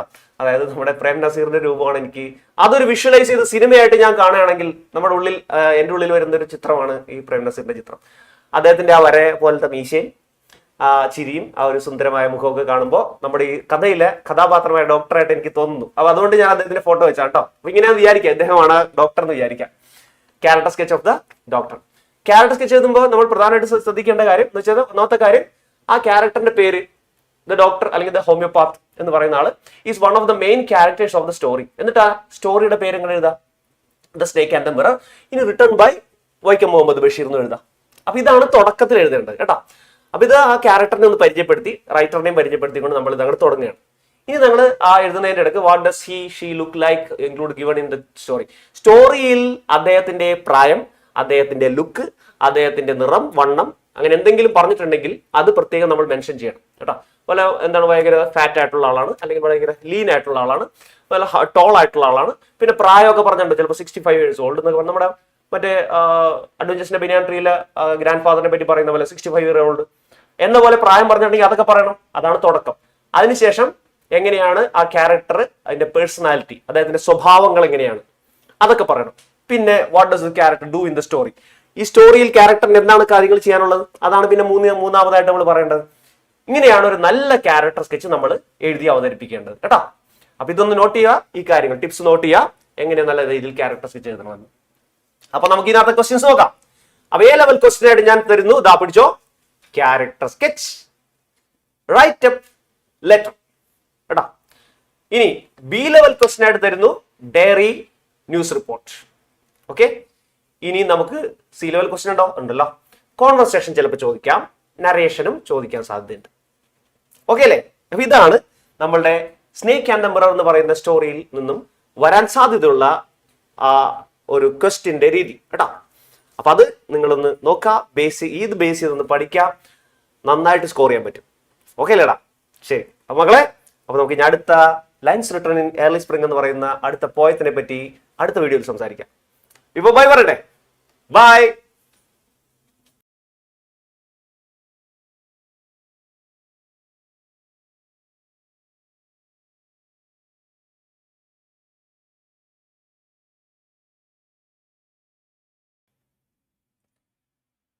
മക്കളെ ഹായ്. ഓക്കെ, നമുക്ക് മൂന്നാമത്തെ ലെസൺ നോക്കട്ടെ. അതായത് നമ്മുടെ ഫസ്റ്റ് യൂണിറ്റിലെ ഗ്ലിംസസ് ഓഫ് ഗ്രീനിലെ മൂന്നാമത്തെ ലെസൺ, മൂന്നാമത്തെ ചാപ്റ്റർ എന്ന് പറയുന്നത് ഒരു പോയമാണ്. ആ പോയം ഒരു മനോഹരമായ poem, beautiful poem, lovely poem, A nature poem, ഒരു പ്രകൃതിയുടെ കവിതയാണ്. അത് എഴുതിയിരിക്കുന്നത് അറിയപ്പെടുന്ന ഒരു വലിയ എന്താണ് നേച്ചർ പോയറ്റ് തന്നെ അറിയപ്പെടുന്ന അദ്ദേഹമാണ് കേട്ടോ. അദ്ദേഹത്തിന്റെ പേര് വില്യം വേർഡ്സ്വർത്ത് എന്നാണ്. അപ്പൊ ആ വില്യം വേർഡ്സ്വർത്ത് എഴുതിയ അത് അദ്ദേഹം വളരെ വിഷമിച്ച് കരഞ്ഞ് എഴുതിയ ഒരു പോയമാണ് അല്ലെ. Have I not reason to lament what man has made of man എന്നൊക്കെയാണ് അദ്ദേഹം അത് പറഞ്ഞിരിക്കുന്നത് ലാസ്റ്റ് അല്ലെ. എന്താ പറഞ്ഞിരിക്കുന്നത്? എനിക്ക് കരയാതിരിക്കാനാവുന്നില്ല, മനുഷ്യൻ ഇത് എന്താ കാണിച്ചു വെച്ചിരിക്കുന്നത് അല്ലെ. അപ്പൊ പ്രകൃതിയെ നശിപ്പിക്കുന്നതിനോട് വളരെയധികം വിഷമത്തോടു കൂടി പ്രതികരിക്കുന്ന ഒരു കവിത. അത് ഇപ്പോഴെങ്കിലും എഴുതിയതല്ല, ഒരു 10 150 വർഷം മുമ്പ് അദ്ദേഹം ജീവിച്ചിരുന്ന കാലഘട്ടം, 170 വർഷം മുമ്പ് അദ്ദേഹം ജീവിച്ചിരുന്ന സമയത്ത് അന്ന് പോലും മനുഷ്യൻ പ്രകൃതി ഇത്രയധികം ദ്രോഹിച്ചിരുന്നു. അന്ന് എഴുതിയ കവിതയാണ്. ആ കവിത നമുക്ക് നോക്കാം കേട്ടോ. അപ്പോ lines written in early spring കേട്ടോ. Lines written in early spring എന്ന് പറയുന്ന ഈ പോയം നിങ്ങളുടെ ഒരു ടെക്സ്റ്റിൽ തന്നെ ഇത് കാണിച്ചിരിക്കുന്നത് കണ്ടില്ലേ? മനുഷ്യൻ പ്രകൃതി എങ്ങനെ കാർന്ന് തിന്നുകൊണ്ടിരിക്കുകയാണ് ഇങ്ങനെ കണ്ടോ. അപ്പൊ അതൊക്കെ വെച്ചിട്ട് മാന്തി ഇപ്പുറത്തുള്ള മനുഷ്യന്റെ ജീവിതം എന്താന്ന് നോക്കി, ഭയങ്കര ചൂടുള്ള, ഭയങ്കര വെയിലുള്ള, ഭയങ്കര പുകയുള്ള ജീവിതമാണ്. അതിനിടയിൽ നിന്ന് അപ്പുറത്തുള്ള നല്ല ജീവിതത്തിൽ ഇരിക്കുന്ന പ്രകൃതിയെയും കൂടി പിന്നെയും നശിപ്പിക്കുകയാണ്. ഇതാണ് ആ പോയം അല്ലെ. ആ പോയം പറയുന്നത് ഇതാണ്. In lines written in early spring, William Wordsworth admires the beauty of nature as he sits in a peaceful grove. അദ്ദേഹം ഒരു ചെറിയ തോട്ടത്തിൽ ഇങ്ങനെ ഇരിക്കുകയാണ്, സുഖിച്ചിങ്ങനെ ചാരിക്കിടുന്നപ്പോ അദ്ദേഹത്തിന്റെ മനസ്സിലേക്ക് വന്ന കുറച്ച് തോട്ട്സ് ആണ് ഈ പോയം. അപ്പോൾ അദ്ദേഹം ഇങ്ങനെ ആ ഒരു പീസ്ഫുൾ ആയിട്ടുള്ള ആ ഒരു അന്തരീക്ഷവും പ്രകൃതിയൊക്കെ ഇങ്ങനെ അഡ്മയർ ചെയ്തുകൊണ്ട് ഇങ്ങനെ സുഖിച്ചിങ്ങനെ നല്ല രസമായിട്ട് ഇങ്ങനെ വിശ്രമിച്ചുകൊണ്ടിരിക്കുമ്പോഴാണ് അദ്ദേഹത്തിന്റെ മനസ്സിൽ ചില തോട്ട്സ് വരുന്നത് കേട്ടോ. He notices how everything in nature seems happy and in harmony. അദ്ദേഹം നോക്കുമ്പോൾ പ്രകൃതിയിൽ എല്ലാം എത്ര മനോഹരമായിട്ട്, എത്ര ഇണചേർന്നാണ് ജീവിക്കുന്നത് എല്ലാ പ്രകൃതിയിലുള്ള ജീവികളും വസ്തുക്കളും എല്ലാം. However, this also makes him sad as he thinks about how humanity has drifted away from this natural happiness. അപ്പോ ഇതിൻ്റെ ഉള്ളിൽ അദ്ദേഹത്തിൻ്റെ ഉള്ളിൽ ആ വിഷമം എന്താണെന്ന് വെച്ച് കഴിഞ്ഞാൽ, എങ്ങനെയാണ് ഈ മനുഷ്യരെന്ന് പറയുന്നല്ലേ, മനുഷ്യകുലം എന്ന് പറയുന്ന ഈ ഒരു ജീവികള്, ഈ മനുഷ്യന്മാര് ഈ ഒരു നാച്ചുറൽ ലൈഫിൽ നിന്ന് എത്രത്തോളം ഡ്രിഫ്റ്റ് ചെയ്ത് പോയിരിക്കുന്നു, എത്രത്തോളം അകന്ന് മാറിയിരിക്കുന്നു അവര്. ബാക്കിയെല്ലാ ജീവികളും വളരെ പ്രകൃതിയുമായിട്ട് ഇണചേർന്ന് ജീവിക്കുകയാണ്. മനുഷ്യൻ മാത്രം അതിൽ നിന്നെല്ലാം മാറി പ്രകൃതിയെ ദ്രോഹിക്കുകയാണ്. The poem contrasts the joy found in nature with the struggles people face, expressing Wordsworth's love for nature and concern for the loss of our connection to it. ഇപ്പോൾ അദ്ദേഹത്തിന്റെ ഒരു കൺസേൺ, അദ്ദേഹത്തിന്റെ ഒരു ആശങ്ക ഇതിനകത്ത് നന്നായിട്ട് പ്രകടിപ്പിക്കുന്നുണ്ട്. എന്താണ് ഈ നമ്മൾ മനുഷ്യരും മറ്റ് പ്രകൃതിയുമായിട്ടുള്ള ഒരു കണക്ഷൻ ഒക്കെ പോയില്ല. ഇപ്പൊ ആ കണക്ഷൻ പോയതിനെ പറ്റിയൊക്കെയാണ് ഇതിനകത്ത് കൂടുതൽ അദ്ദേഹം സംസാരിക്കുന്നത് അല്ലെ. ഓക്കെ, നമുക്ക് നോക്കാം ഈ പോയത്തിന്റെ ഒരു ഹിസ്റ്ററി എന്താണ് നമ്മുടെ എക്സാംസിൽ കേട്ടോ. ഇതാ പിടിച്ചോ. വളരെ ഇമ്പോർട്ടന്റ് എന്ന് ഞാൻ പറഞ്ഞ ഇമ്പോർട്ടന്റ് തന്നെയാണ്. കാരണം എന്താ അറിയോ, മറ്റേ പോയല്ലടാ ബ്ലോയിങ് ഇൻ ദ വിൻഡ്, അതിനേക്കാളും ഇമ്പോർട്ടന്റ് ഈ പോയത്തിനുണ്ട് എപ്പോഴും. കാരണം ഇതിനകത്ത് നിന്ന് ഒരുപാട് തവണ കണ്ടോ അപ്രീസിയേഷൻ, ഇത് തന്നെയാണ് അപ്രീസിയേഷൻ ചോദിക്കുന്നത് എല്ലാ വർഷവും. ഇതേ നോക്കി 2023, 22, 19 ഇത് കംപ്ലീറ്റ് ഈ പോയത്തിൽ നിന്നുള്ള അപ്രീസിയേഷൻ തന്നെയാണ് ചോദിച്ചിരിക്കുന്നത്. ഒരു 2 വർഷം എന്താണ് മറ്റേ പോയത്തിന് ഒരു ചാൻസ് കൂടി കൊടുത്തിട്ടില്ല. ഇതേ 2019 അപ്രീസിയേഷനും ക്വസ്റ്റ്യൻ ആൻസറും ഈ പോയത്തിന്റെ തന്നെ. 2023 അപ്രീസിയേഷനും ക്വസ്റ്റ്യൻ ആൻസറും ഈ പോയത്തിന്റെ തന്നെ. മറ്റേ പോയത്തിൽ നിന്ന് ഒന്നുമില്ല. അപ്പൊ ഒന്ന് ആലോചിച്ച് നോക്കിയിട്ട് ഇമ്പോർട്ടൻസ്. അപ്പൊ ഇത് വളരെ ഇമ്പോർട്ടന്റ് ആയിട്ടുള്ള പോയാണ്. അപ്രീസിയേഷൻ പ്രത്യേകിച്ച് കേട്ടോ. അപ്രീസിയേഷൻ എനിക്ക് തോന്നുന്നു മിക്കവാറും ഈ പോയത്തിന്റെ തന്നെ ആയിരിക്കും അപ്രീസിയേഷൻ ചോദിക്കാം. Lines written in early spring ആയിരിക്കും ചിലപ്പോൾ. ആ പോയത്തിൽ ഇത് ഇനിയിപ്പോ ഇതെല്ലാം അങ്ങനെ ചോദിക്കാൻ സാധ്യതയില്ല. അപ്പൊ നോട്ട് ചെയ്തോ, അപ്രീസിയേഷൻ ഈ പോയത്തിന്റെയും ക്വസ്റ്റ്യൻ ആൻസർ മറ്റേ പോയത്തിന്റെ ആവാൻ സാധ്യതയുണ്ട് കേട്ടോ. ഓക്കെ, ഇതിനൊരു ഹിസ്റ്ററി മനസ്സിലായില്ലേ? ഇനി നമുക്ക് ഇതിനകത്തെ ബാക്കി ക്വസ്റ്റ്യൻസ് ഒക്കെ എങ്ങനെയാണ് നോക്കാൻ പോകുന്നത് കേട്ടോ. ഈ പോയത്തിൽ ധാരാളം എന്തുണ്ട്, പോയറ്റിക് ഡിവൈസസ് ഉണ്ട്. പോയറ്റിക് ഡിവൈസസ് എന്ന് പറഞ്ഞാൽ എന്താണ്? പോയറ്റിക് ഡിവൈസ് നമ്മുടെ പോയറ്റ്സ് മനഃപൂർവ്വം അതിനകത്ത് ഉൾപ്പെടുത്തുന്ന ചില പ്രയോഗങ്ങളാണ്. നമ്മളെ പോയം വായിക്കുമ്പോൾ നമുക്ക് നല്ല ഇൻട്രസ്റ്റ് തോന്നിക്കാൻ, ചില കാര്യങ്ങളൊന്ന് എംഫസൈസ് ചെയ്ത് ഒന്ന് പ്രത്യേകിച്ച് എടുത്തു പറയാനൊക്കെ അവരുപയോഗിക്കുന്ന ചില ട്രിക്സ് ആണ് ഈ പോയറ്റിക് ഡിവൈസസ് എന്ന് പറയുന്നത്. അതിനകത്ത് പ്രധാനപ്പെട്ട ഒന്നാണ് ഈ ഹൈപ്പർബല എന്ന് പറയുന്നത്. ഹൈപ്പർബല എന്ന് പറയുന്നത് ഒരു വളരെ രസകരമായിട്ടുള്ള ഒരു പോയറ്റിക് ഡിവൈസ് ആണ്. അത് ഇതിനകത്ത് പ്രയോഗിച്ചിട്ടുണ്ട്. ഇത് എക്സാഗ്രേറ്റഡ് ആയിട്ടുള്ള ചില വാക്കുകളാണ്. അതായത് നമ്മൾ ചില അതിശയോക്തി കലർന്ന് ചില കാര്യങ്ങൾ പറയൂലേ, അതിനെയാണ് ഹൈപ്പർബല എന്ന് പറയാം. അതായത് ഒരു ഉദാഹരണത്തിനകത്ത് ഇതാ കൊടുത്തിരിക്കുന്നത് ഇതാണ് കേട്ടോ. I heard 1000 blended notes. ഞാനൊരു 1000 ശബ്ദങ്ങൾ ഒരുമിച്ച് എന്റെ ചെവിട്ടിലൂടെ കേട്ടു എന്ന് കവി പറയുന്നുണ്ട്. അതിനർത്ഥം എന്താണ്? 1000 ശബ്ദങ്ങൾ ആർക്കെങ്കിലും ഒരുമിച്ച് കേൾക്കാൻ പറ്റുമോ? 1-2 ശബ്ദം കുഴപ്പമില്ല, ഒരു 10 ശബ്ദമായാൽ തന്നെ നമുക്ക് ആകെപ്പാടെ പ്രശ്നമാവും. ഇതിൻ്റെ അടുത്ത് കവി പറയാണ് ഞാനൊരു 1000 ശബ്ദം, 1000 ഇടകലർന്ന ശബ്ദങ്ങൾ, ബ്ലെൻഡ് ആയിട്ടുള്ള നോട്ട്സ് എന്ന് ഉദ്ദേശിച്ച ശബ്ദങ്ങളെ ഉദ്ദേശിക്കുന്നത്, സ്വരങ്ങളെ ഉദ്ദേശിക്കുന്നത്, ഞാൻ എന്റെ ചെവിയിൽ കേട്ടു എന്ന് അദ്ദേഹം പറയാണ്. So it's an exaggeration. അതൊരു അതിശയോക്തിയാണ് അല്ലെ. അപ്പൊ അതിനെ നമുക്ക് പറയാം എക്സാമ്പിൾ ഓഫ് ഹൈപ്പർബല കേട്ടോ. അപ്പൊ ഹൈപ്പർബലയുടെ എക്സാമ്പിൾ നമുക്ക് ഇതിനകത്ത് എടുത്ത് കാണിക്കാവുന്നതാണ്. ഇനി അടുത്തൊരു പോയറ്റിക് ഡിവൈസ് ഇതിനകത്ത് പ്രധാനമായിട്ടുള്ളത് അലിട്രേഷൻ ആണ്. അലിട്രേഷൻ എന്ന് പറഞ്ഞാൽ എന്താണ്? അലിട്രേഷൻ എന്ന് പറഞ്ഞാൽ നമ്മളുടെ കൺസോണന്റ് സൗണ്ട് ഒരു വാക്കിൽ നമ്മൾ അതിന്റെ തുടക്കത്തിൽ കൺസോണന്റ് സൗണ്ടിലാണ് ആ വാക്ക് തുടങ്ങുന്നതെങ്കിൽ അതേ കൺസോണന്റ് സൗണ്ടിൽ തന്നെ മറ്റൊരു വാക്ക് തൊട്ടടുത്ത് തന്നെ കിടപ്പുണ്ടാവും. അതേ സൗണ്ടോടുകൂടി തുടങ്ങുന്ന വാക്കുകൾ അടുത്തടുത്ത് കിടക്കുന്നുണ്ടെങ്കിൽ അതിന് പറയുന്ന പേരാണ് അലിട്രേഷൻ കേട്ടോ. Alliteration is the repetition of an initial consonant sound in words that are in close proximity to each other. അതായത് തൊട്ടടുത്ത് ക്ലോസ് പ്രോക്സിമിറ്റി എന്ന് ഉദ്ദേശിക്കുന്നത് തൊട്ടടുത്ത് കിടക്കുന്ന വാക്കുകളുടെ തുടക്കത്തിലെ അക്ഷരം ഒരു കൺസോണന്റ് സൗണ്ട് ആണ്. അത് ഒരേപോലെയാണ് വന്നിരിക്കുന്നതെങ്കിൽ നമുക്ക് അലിട്രേഷൻ എന്ന് പറയാം. ഉദാഹരണം എന്താ അവിടെയുണ്ട്, നമ്മുടെ പോയത്തിൽ നിന്ന് എടുത്ത് പറയാവുന്നതാണ്. What man has made of man കണ്ടോ. Man has made of man, man man man കണ്ടോ. ഒരേ സൗണ്ടല്ലേ റിപ്പീറ്റ് ചെയ്യുന്നത്. അതുപോലെ that there was pleasure there, that there was pleasure there, കണ്ടോ. ഒരേ കൺസോണന്റ് സൗണ്ട് തുടക്കത്തിൽ ഇങ്ങനെ ആവർത്തിച്ച് വരുന്നു. കിട്ടിയോ അലിട്രേഷൻ? ഇത് ഈ പോയത്തിൽ നിന്ന് ചോദിക്കാൻ സാധ്യതയുണ്ട് കേട്ടോ. അപ്പൊ ഈ പോയത്തിൽ നിന്ന് ചോദ്യങ്ങളാണ് വരുന്നതെങ്കിൽ നിങ്ങൾക്ക് ധാരാളം പോയറ്റിക് ഡിവൈസസിനെ പറ്റി ചോദിക്കാൻ സാധ്യതയുണ്ട് കേട്ടോ. അപ്പൊ ഈ ഹൈപ്പർബോളയും അലിട്രേഷൻ ഒക്കെ ഓർത്ത് വെച്ചോ, എവിടെയാണുള്ളതെന്നൊക്കെ കൃത്യമായിട്ട് നോട്ട് ചെയ്ത് വെച്ചോ. പേഴ്സോണിഫിക്കേഷൻ ഉണ്ട് ഈ പോയത്തിൽ, നല്ലോണം ഉണ്ട് പേഴ്സോണിഫിക്കേഷൻ. എന്താ പേഴ്സോണിഫിക്കേഷൻ? ഇത് നമ്മൾ ഒരു പോയ എഴുതുകയാണ്. പോയ എഴുതുമ്പോൾ ജീവനില്ലാത്ത വസ്തുക്കളെ പറ്റി നമ്മൾ എഴുതുമ്പോൾ നമ്മൾ അതിന് ജീവൻ കൊടുത്തുകൊണ്ട് എഴുതുകയാണെങ്കിൽ അതിനെ പറയുന്ന പേരാണ് പേഴ്സോണിഫിക്കേഷൻ. ഇപ്പൊ ഞാനിപ്പോ ഒരു പോയ എഴുതുകയാണ്. ഇപ്പൊ ഞാൻ നോക്കുമ്പോൾ എന്റെ വീട്ടിലൊരു ഒരു പേനയുണ്ട്, എന്റെ പേന കേട്ടോ. എന്റെ പേന എനിക്ക് ഭയങ്കര ഇഷ്ടമാണ്. ഇപ്പൊ ഞാൻ പറയാണ് my pen always talks to me. എന്റെ പേന എന്നോട് എപ്പോഴും സംസാരിക്കാറുണ്ടെന്ന് ഞാൻ പറയാണ്. ദാറ്റ് മീൻസ് ഞാൻ എന്താ ചെയ്തത്? ജീവനില്ലാത്ത പേനയ്ക്ക് ഞാൻ ജീവൻ കൊടുക്കുകയാണ്. അതായത് മനുഷ്യന്റേതായിട്ടുള്ള ക്വാളിറ്റീസ് വെച്ച് കൊടുക്കുകയാണ്. That is called personification.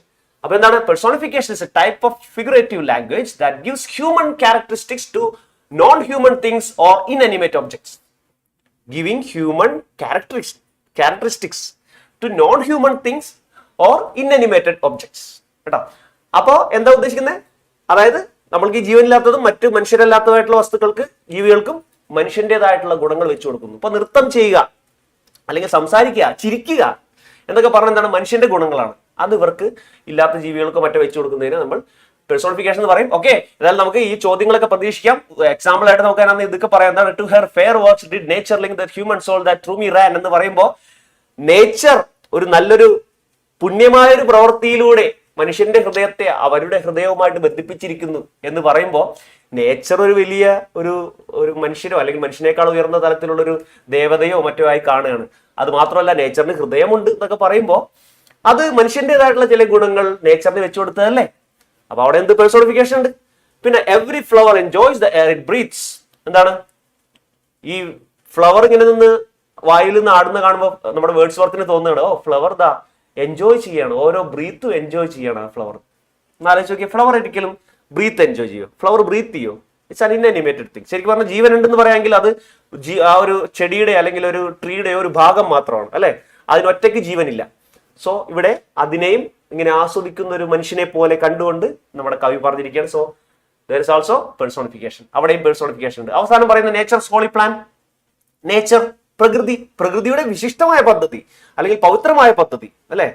അപ്പൊ അങ്ങനെയൊക്കെ പറയുമ്പോൾ പ്രകൃതിയുടെ പദ്ധതി എന്ന് പറയുമ്പോൾ പ്രകൃതി പദ്ധതി തയ്യാറാക്കുന്ന ഒരാളായിട്ടാണ് അവിടെ കണ്ടിരിക്കുന്നത്, അല്ലെ? ആ അർത്ഥത്തിൽ നോക്കുകയാണെങ്കിൽ അവിടെ എന്തുണ്ട്? പേഴ്സോണിഫിക്കേഷൻ കിട്ടിയ. ഇതാണ് പേഴ്സോണിഫിക്കേഷൻ. ചോദ്യങ്ങൾ വരും പേഴ്സോണിഫിക്കേഷൻ, ഉറപ്പാണ്. കാരണം 2, 3, 4 ഉദാഹരണങ്ങൾ നമുക്ക് ആ പോയത്തിൽ നിന്നെടുത്ത് പറയാൻ പറ്റും കേട്ടോ. ഇങ്ങനെ മനുഷ്യ ഗുണങ്ങൾ ഇല്ലാത്ത വസ്തുക്കൾക്ക് വെച്ചു കൊടുത്തതിനെ പറ്റി. മകളെ ശ്രദ്ധിച്ചോ? പേഴ്സോണിഫിക്കേഷൻ കേട്ടോ. അപ്പൊ നമുക്ക് ഈ അലിട്രേഷനും എന്താണ് ഹൈപ്പർബലയും പേഴ്സോണിഫിക്കേഷനൊക്കെ ഇതിൽ നിന്ന് വരാവുന്ന ചോദ്യമാണ്. മറ്റൊരു ചോദ്യമാണ് മക്കളെ ഇമേജറി. ഇമേജറി എന്ന് പറഞ്ഞാൽ visual image, auditory image, tactile image. ഇതൊക്കെ എന്താണ്? അതായത് നമ്മൾ ഒരു പോയം വായിക്കുന്ന സമയത്ത് നമ്മുടെ മനസ്സിൽ എന്തെങ്കിലും ചിത്രങ്ങൾ വരുന്നുണ്ടെങ്കിൽ that is called visual image കേട്ടോ. പിന്നെ ഒരു പോയം വായിക്കുന്ന സമയത്ത് നമ്മുടെ മനസ്സിൽ എന്തെങ്കിലും ശബ്ദങ്ങൾ കേൾക്കുന്നതായിട്ട് ഫീൽ ചെയ്യുന്നുണ്ടെങ്കിൽ that is called auditory image കേട്ടോ. പിന്നെ ടാക്ടൈൽ ഇമേജ് എന്താണ്? നമ്മൾ ഒരു പോയം വായിക്കുന്ന സമയത്ത് നമ്മുടെ ശരീരത്തിൽ എന്തെങ്കിലും തൊടുന്നതായിട്ട് ഫീൽ ചെയ്യുന്നുണ്ടെങ്കിൽ ബ്രീസ് എന്താണ് പറഞ്ഞിരിക്കുന്നുണ്ട്? ബ്രീസി എയർ, ഇളം കാറ്റ്. ഇളം കാറ്റ് എന്ന് പറഞ്ഞാൽ നമ്മുടെ ശരീരത്തിൽ ഇങ്ങനെ തൊട്ടു പോകുന്നതല്ലേ, അല്ലാണ്ട് നമുക്ക് കാണാൻ പറ്റില്ലല്ലോ, കേൾക്കാനും പറ്റില്ല ചിലപ്പോ. അപ്പൊ ഇങ്ങനെ തൊട്ടു പോകുന്നതായതുകൊണ്ട് നമുക്ക് ഫീൽ ചെയ്യുന്ന കാര്യമാണ്. അപ്പൊ നമുക്കത് എന്താണ്, എന്തായിട്ട് പറയാം? ടാക്ടൈൽ ഇമേജ് ആയിട്ട് പറയാം കേട്ടോ. ടാക്ടൈൽ ഇമേജിന് ഉദാഹരണമായിട്ട് എന്ത് കൊടുക്കാം? Breezy air. ഓഡിറ്ററി ഇമേജിന് എക്സാമ്പിൾ ആയിട്ട് എന്ത് കൊടുക്കാം? ഈ പോയത്തിൽ നിന്ന് ഐ ഹേർഡ് 1000 ബ്ലെൻഡഡ് നോട്ട്സ്. കണ്ടോ, 1000 ശബ്ദങ്ങൾ ഞാൻ കേട്ടു. അപ്പൊ നിങ്ങൾ വിചാരിക്കും ഇത് നേരത്തെ പറഞ്ഞതിന്റെ എക്സാമ്പിൾ അല്ലേ? അതെ, ഈ കാര്യം ഓഡിറ്ററി ഇമേജിന്റെ എക്സാമ്പിളും ആണ്, ഹൈപ്പർബലയുടെ എക്സാമ്പിളും ആണ്. 2 എക്സാമ്പിൾ ആയിട്ട് കൊടുക്കാം കേട്ടോ. ഇനി ലാമെന്റ് എന്ന് അവസാനം പറയുന്നുണ്ട്. ലാമെന്റ് എന്ന് പറയുന്ന അർത്ഥം കരയുക, തേങ്ങി കരയുക, അല്ലെ? Have I not reason to lament എന്ന് നമ്മുടെ കവി പറയുമ്പോൾ അദ്ദേഹം തേങ്ങി കരയുകയാണ്. കരയുന്നതെന്ന് പറഞ്ഞാൽ ഒരാൾക്ക് കേൾക്കാവുന്ന ഒരു ശബ്ദമാണ്. അപ്പൊ അതിനെ നമുക്ക് ഓഡിറ്ററി ഇമേജിൽ പെടുത്താം കേട്ടോ. അപ്പൊ ഓഡിറ്ററി ഇമേജിന്റെയും ടാക്ടൈൽ ഇമേജിന്റെ ഒക്കെ എക്സാമ്പിൾ ചോദിച്ചു കഴിഞ്ഞാൽ നിങ്ങൾക്ക് ഇത് എഴുതാം. ഇനി വിഷ്വൽ ഇമേജിന്റെ എക്സാമ്പിൾ ചോദിച്ചാലോ? ഇഷ്ടം പോലെ ഇല്ലേ? ഇഷ്ടം പോലെ ഉണ്ട്. അതിനകത്ത് കാണുന്ന ഫ്ലവേഴ്സും അതുപോലെ ബേർഡ്സും അതുപോലെ അതിനകത്ത് കാണുന്ന ട്വിഗ്സും അതുപോലെ പല കാര്യങ്ങളും കേട്ടോ. മുളച്ചു പൊന്തുന്ന ചെറിയ ചില്ലുകളും അങ്ങനെ അതിനകത്ത് പറയുന്ന എല്ലാവരും നമുക്ക് കാണാൻ പറ്റിയ കാര്യങ്ങളാണ് കേട്ടോ. അപ്പൊ അതൊക്കെ അതിനകത്ത് വിഷ്വൽ ഇമേജ് ആയിട്ട് നമുക്ക് എഴുതാൻ പറ്റുന്നതാണ്. വിഷ്വൽ ഇമേജ് ഇഷ്ടം പോലെ എഴുതാൻ പറ്റും കേട്ടോ. സോ ഇമേജറി ഇതിനകത്ത് ചോദിക്കാൻ സാധ്യതയുള്ള ചോദ്യമാണ്. അങ്ങനെയാണെങ്കിൽ നമുക്ക് നോക്കാം എന്തൊക്കെയാണ് ചോദ്യങ്ങൾ. യെസ്, നോക്കാം കേട്ടോ.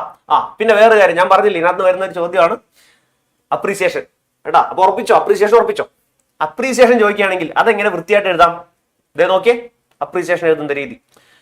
നല്ലൊരു അപ്രീസിയേഷൻ ആണെങ്കിൽ ഇത്രയും ഫാക്ടേഴ്സ് കൃത്യമായോടെ ഉണ്ടായിരിക്കണം. എന്തൊക്കെയാണ്? First, introduction of the poem, about the author. ആരാണ് ഓതർ? മെയിൻ തീം എന്താണ് അതിനകത്തുള്ള ആ പോയത്തിലുള്ള ആ കാര്യങ്ങൾ പറയാം. നെക്സ്റ്റ്, ലിറ്ററൽ മീനിങ്, വാക്യങ്ങളുടെ അർത്ഥം, കൃത്യമായ വാചകങ്ങളുടെ അർത്ഥം. അതിന് നമുക്ക് പാരാഫ്രൈസിംഗ് എന്നും കൂടി പറയാം. അതിനർത്ഥം ഓരോ വരിയുടെയും അർത്ഥം നിങ്ങൾ എഴുതണമെന്ന്. ഓരോ വരിയുടെയും ആ പോയത്തിൽ ഓരോ വരിയുടെ അർത്ഥം നിങ്ങൾ എഴുതി പോകണം. മനസ്സിലായി? സെന്റൻസ് ആയിട്ട് എഴുതി പോകണം. പിന്നെ അതിനകത്ത് ഉപയോഗിച്ചിരിക്കുന്ന ഇമേജറി, ഇമേജസിനെ പറ്റി പറയാം, അതിന്റെ മീനിങ് ഒക്കെ പറയാം. ലിറിക്കൽ ക്വാളിറ്റീസ് എന്ന് പറഞ്ഞാൽ സൗണ്ട്, അതിന്റെ എന്താണ്, അതിനകത്ത് ഏത് രീതിയിലുള്ള റൈംസ്. റൈംസ് എന്ന് പറഞ്ഞ സാധനം അറിയില്ലേ? റൈം എന്താണ്? ഒരേപോലെ വരുന്ന വാക്കുകളെയാണ് റൈം എന്ന് പറയാം. റൈം ചെയ്യുന്ന വാക്കുകൾ ഏതാണ്? അലിട്രേഷൻ, നമ്മളിപ്പോ പറഞ്ഞ അലിട്രേഷൻ പറയാം. Point devices, simile, metaphor, personification etcetera പറയാം. സിമിലി എന്ന് പറഞ്ഞ എന്താണ്? ഒരേപോലെ 2 കാര്യങ്ങളാണെന്ന് പറയുന്ന കാര്യത്തെയാണ് സിമിലി എന്ന് പറയുന്നത്. ലൈക്ക് ഉപയോഗിച്ചുകൊണ്ട് അല്ലെങ്കിൽ ആസ് ഉപയോഗിച്ചുകൊണ്ട് രണ്ട് കാര്യങ്ങളെ ഒരുപോലെയാണെന്ന് പറയുന്നതിനെ സിമിലി എന്ന് പറയും. എന്നാൽ ലൈക്കും ആസ് ഒന്നും ഇല്ലാതെ തന്നെ ഒരു സാധനം മറ്റൊന്നാണെന്ന് ഡയറക്റ്റ് ആയിട്ട് പറയുന്നതിനെ മെറ്റഫർ എന്ന് പറയും. ഇതൊക്കെ നമുക്ക് അതിനകത്ത് കാണാൻ പറ്റുന്നുണ്ട് കേട്ടോ. അപ്പൊ അതൊക്കെ നമുക്ക് വിവരിക്കാം അതിനെപ്പറ്റി. ഫിഗറേറ്റീവ് മീനിങ് ആയിട്ടുള്ള സിമിലി, മെറ്റഫോർ, അതായത് പേഴ്സോണിഫിക്കേഷനെ പറ്റിയൊക്കെ പറയാം. ഇനി ഒരു മെസ്സേജ് കൊടുക്കുക കേട്ടോ. മെസ്സേജ് കൺവേഡ്, ആ പോയത്തിലൂടെ എന്താണ് മെസ്സേജ് ചെയ്യുന്നത്, ജസ്റ്റിഫിക്കേഷൻ കൊടുക്കുക, അതിനൊരു അവസാനം ഒരു എവാലുവേഷൻ ഓഫ് ദ പോയം. ആ പോയം എങ്ങനെയുള്ള പോയം ആണെന്ന് നമ്മൾ ഒന്ന് ഇവാലുവേറ്റ് ചെയ്ത് പറയാം. This is the appreciation of A poem, of any poem. ഏത് പോയം ആയാലും ഇതാണ് ഏറ്റവും ബെസ്റ്റ് അപ്രീസിയേഷൻ കേട്ടോ. ഈ ഘടകങ്ങൾ, ഈ ഫാക്ടേഴ്സ് ഉണ്ടോ നോക്കാം. ഓക്കെ അല്ലേ? നമ്മൾ സ്റ്റഡി മെറ്റീരിയൽ ഉണ്ട്, നിങ്ങൾ എടുത്ത് നോക്കിക്കോ. ഇതെല്ലാം കൃത്യമായി ചേർന്നിട്ടുള്ള ഒരു അപ്രീസിയേഷൻ അവിടെ കിടപ്പുണ്ട്. ഈ കാണുന്നതാണ് ആ appreciation of the poem. Okay അല്ലേ? വായിക്കണം കേട്ടോ, അടിപൊളിയായിട്ട് വായിക്കണം. അപ്പൊ നമുക്ക് കഴിഞ്ഞ വർഷങ്ങളിൽ ഈ പോയത്തിൽ നിന്ന് വന്നിട്ടുള്ള ചോദ്യങ്ങൾ ഏതൊക്കെയാണെന്ന് വെറുതെ ഒന്ന് ഓടിച്ചു നോക്കാം. നോക്കിക്കേ, 2023 ചോദിച്ച ചോദ്യങ്ങൾ നോക്കി. പോയത്തിന്റെ ക്വസ്റ്റ്യൻസ് അതിനകത്ത് ഒരുപാടുണ്ട്. വരും നോക്കി. What triggered sad thoughts in the poet's mind? പോയറ്റ്സിന്റെ മൈൻഡിൽ എന്താണ് സാഡ് തോട്ട്സ് ഉണ്ടാക്കിയത്? കണ്ടോ, അടുത്ത ചോദ്യം നോക്കി. Pick out an instance of hyperbole from the lines given above. മുകളിലെ ലൈൻസിൽ നിന്ന് ഹൈപ്പർബലെ എടുത്ത് എഴുതാൻ പറഞ്ഞിരിക്കണം കണ്ടോ. അപ്പൊ മറ്റേ 1000 ബ്ലെൻഡഡ് നോട്ട്സ് കേട്ട കാര്യം എടുത്ത് എഴുതണം. What did nature link the human soul to? അത് ചോദ്യമാണ്. Write the rhyme scheme of the first answer. Rhyme scheme എഴുതാൻ പറഞ്ഞിരിക്കുകയാണ്. അതായത് റൈം ചെയ്യുന്ന വാക്കുകളുടെ ഒരു ക്രമം എങ്ങനെയാണ്, എ എ ബി ബി ആണോ, എ ബി ആണോ എന്നുള്ളതാണ് rhyme scheme. Which lines in the poem personify flowers? ഫ്ലവറിനെ പേഴ്സോണിഫൈ ചെയ്യുന്ന, അല്ലെങ്കിൽ every flower enjoys the air it breathes എന്ന് പറഞ്ഞില്ലേ, അതിനർത്ഥം അവിടെ പേഴ്സോണിഫിക്കേഷൻ ഉണ്ടെന്നാ പറഞ്ഞത്. ദാറ്റ് മീൻസ് ഫ്ലവറിനെ പേഴ്സോണിഫൈ ചെയ്യുകയാണ്, അതായത് മനുഷ്യന്റെ ഗുണങ്ങൾ വെച്ചു കൊടുക്കുകയാണ്. അത് ഏത് ലൈനിലാണ് പറഞ്ഞിരിക്കുന്നതെന്ന് മുകളിലത്തെ പോയത്തിൽ നിന്ന് എടുത്ത് അങ്ങനെ എഴുതുക. ഒരു മാർക്ക് അവിടെ കിട്ടി കേട്ടോ. ഇതാണ് ചോദ്യങ്ങൾ. ഇനി 2023 നമുക്ക് 2019 ചോദ്യം വന്നത് എന്താന്ന് നോക്കാം. ഏതായാലും ഈ 2 കൊല്ലങ്ങളിലും ഈ പോയത്തിന്റെ തന്നെ അപ്രീസിയേഷനും ഈ പോയത്തിന്റെ തന്നെ ക്വസ്റ്റൻ ആൻസറും ചോദിച്ചിട്ടുണ്ടല്ലോ. അതാണ് പ്രത്യേകിച്ച് ഞാൻ എടുത്ത് പറയുന്നത് കേട്ടോ. What does the poet mean by the expression 1000 blended notes? നല്ലൊരു ചോദ്യം, നമ്മളുടെ പോയത്തിന്റെ തുടക്കത്തിൽ തന്നെയുള്ള ചോദ്യമാണ് കേട്ടോ. Why did the pleasant thoughts bring sad thoughts to the poet's mind? Pick out an example of auditory image from the given lines.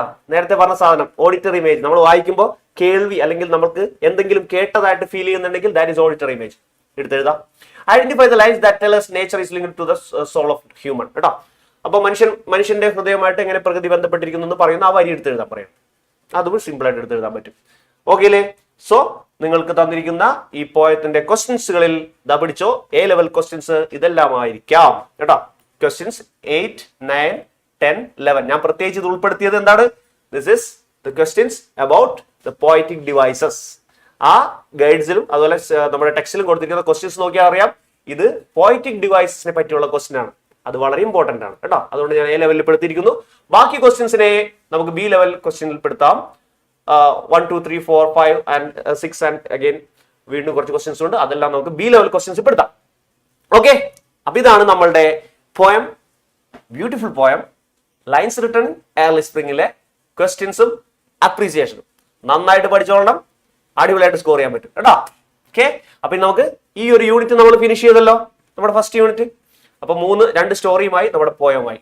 ഇനി നമുക്ക് അടുത്ത വീഡിയോയിൽ നമുക്ക് നമ്മുടെ നെക്സ്റ്റ് യൂണിറ്റ് ദ ഫ്രെയിംസ് അതിനെ പറ്റി സംസാരിക്കാം.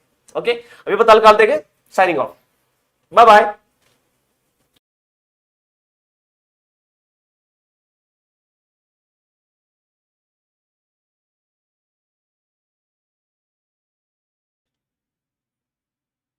മക്കളെ ഹായ്.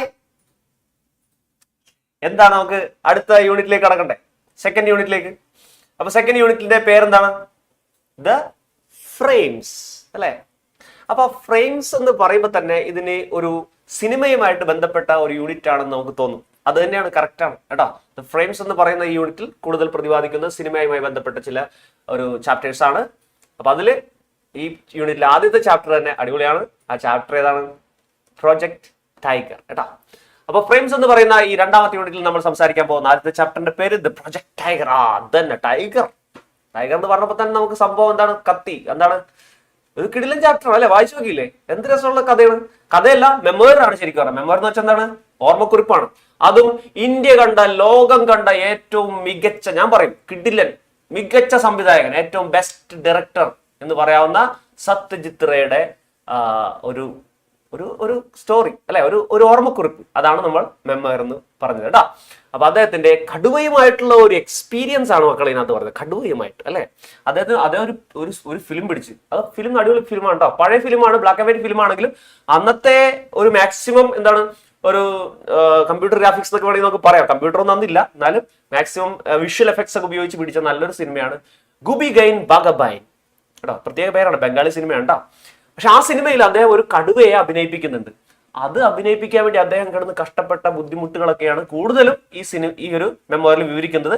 അത് മാത്രമല്ല, അദ്ദേഹത്തിന് ഹോളിവുഡിൽ ചെന്നപ്പോൾ അവിടെ ഉണ്ടായിട്ടുണ്ടായ ചില എക്സ്പീരിയൻസസ് കേട്ടോ, അതും പ്രത്യേകിച്ച് മൃഗങ്ങളായിട്ട് തന്നെ ഉള്ളതാണ്, അതും അദ്ദേഹം ഇതിനകത്ത് വിവരിക്കുന്നുണ്ട്. So this is all the story about കേട്ടോ. സോ നമുക്ക് നോക്കാം ഈ ഒരു സ്റ്റോറിയും ഇതിന്റെ ഒരു ഹിസ്റ്ററി നമുക്ക് നോക്കാം. ഇതിന്റെ ഹിസ്റ്ററി എടുത്ത് നോക്കിക്കഴിഞ്ഞാൽ നമുക്ക് കാണാൻ പറ്റുന്നത് 2023 കഴിഞ്ഞ വർഷം എന്താണ് ചോദിച്ചിരിക്കുന്നത്, ഒരു കോൺവെർസേഷൻ ഈ സ്റ്റോറിയും ചോദിച്ചിട്ടുണ്ട്, ഒരു ലെറ്റർ ചോദിച്ചിട്ടുണ്ട്. ലെറ്റർ എന്ന് വെച്ച് കഴിഞ്ഞാൽ ഒരു ഫോർമൽ ലെറ്റർ ആണ്, ഇൻഫോർമൽ ലെറ്റർ അല്ല, ഫോർമൽ ലെറ്റർ കേട്ടോ. അത് നമുക്ക് സംസാരിക്കാം. ന്യൂസ് റിപ്പോർട്ട് ചോദിച്ചിട്ടുണ്ട് കേട്ടോ. അപ്പൊ ഇതിനകത്ത് ന്യൂസ് റിപ്പോർട്ട് വരാൻ സാധ്യതയുണ്ട്. പിന്നെ 2022 ചോദിച്ചിരിക്കുന്ന ഒരു ഇന്റർവ്യൂ ക്വസ്റ്റ്യനും അതുപോലെ ഒരു പാരഗ്രാഫ് എഴുതാനാണ് പറഞ്ഞിരിക്കുന്നത്. 2019 നോക്കുകയാണെങ്കിൽ ഒരു റൈറ്റപ്പ് ചോദിച്ചിട്ടുണ്ട്, ഇന്റർവ്യൂ ചോദിച്ചിട്ടുണ്ട്. ഇന്റർവ്യൂ ഇമ്പോർട്ടന്റ് ആണെന്ന് മനസ്സിലായിക്കോട്ടോ. 2018 ഇതിൽ നിന്നും ഒരു ന്യൂസ് റിപ്പോർട്ട് ചോദിച്ചിട്ടുണ്ട്, ഇന്റർവ്യൂ ചോദിച്ചിട്ടുണ്ട്. അപ്പോ ഇന്റർവ്യൂ ക്വസ്റ്റ്യൻസ് പഠിക്കണ്ടേ? ഇന്റർവ്യൂ ക്വസ്റ്റ്യൻ അത് വളരെ പ്രധാനപ്പെട്ടതാണ്. അതുപോലെ തന്നെ നമുക്ക് ഇതിനകത്ത് പ്രധാനപ്പെട്ടതാണ് എന്താണ് ന്യൂസ് റിപ്പോർട്ട് കേട്ടോ. അപ്പൊ ഇന്റർവ്യൂ ക്വസ്റ്റ്യനും ന്യൂസ് റിപ്പോർട്ടും നന്നായിട്ടൊന്ന് നോക്കിക്കോ, ഇതിൽ ഉപകാരപ്പെടും കേട്ടോ. ഇന്റർവ്യൂ ക്വസ്റ്റൻ എന്ന് പറയുന്നത് നമുക്ക് ഇങ്ങനെയൊക്കെ കൊടുക്കാം. ഇന്റർവ്യൂ ക്വസ്റ്റൻസ് എന്തൊക്കെയാണ്? സത്യജിത് റേയോട് ചോദിക്കുന്ന കുറച്ച് ചോദ്യങ്ങൾ. നിങ്ങളൊരു ന്യൂസ് റിപ്പോർട്ടറാണെന്ന് വിചാരിക്കാം, അല്ലെങ്കിൽ ഒരു ആങ്കർ ആണെന്ന് വിചാരിക്കാം. നിങ്ങൾ എന്ത് ചെയ്യുന്നു? സത്യജിത് റേയുടെ മുന്നിൽ മൈക്ക് പിടിച്ചുകൊണ്ട് ചെല്ലുന്നു. എന്നിട്ട് അദ്ദേഹത്തോട് ചോദിക്കുകയാണ്, ഇങ്ങനെ what inspired you to adapt the story of Goopy Gyne Bagha Byne into a film. എങ്ങനെയാണ് നിങ്ങൾക്ക് ഗുബി ഗൈൻ ബാഗബൈന്റെ കഥ സിനിമയാക്കാൻ തോന്നിയത്? അതുപോലെ തന്നെ did you face any specific challenges in working with live tiger on set?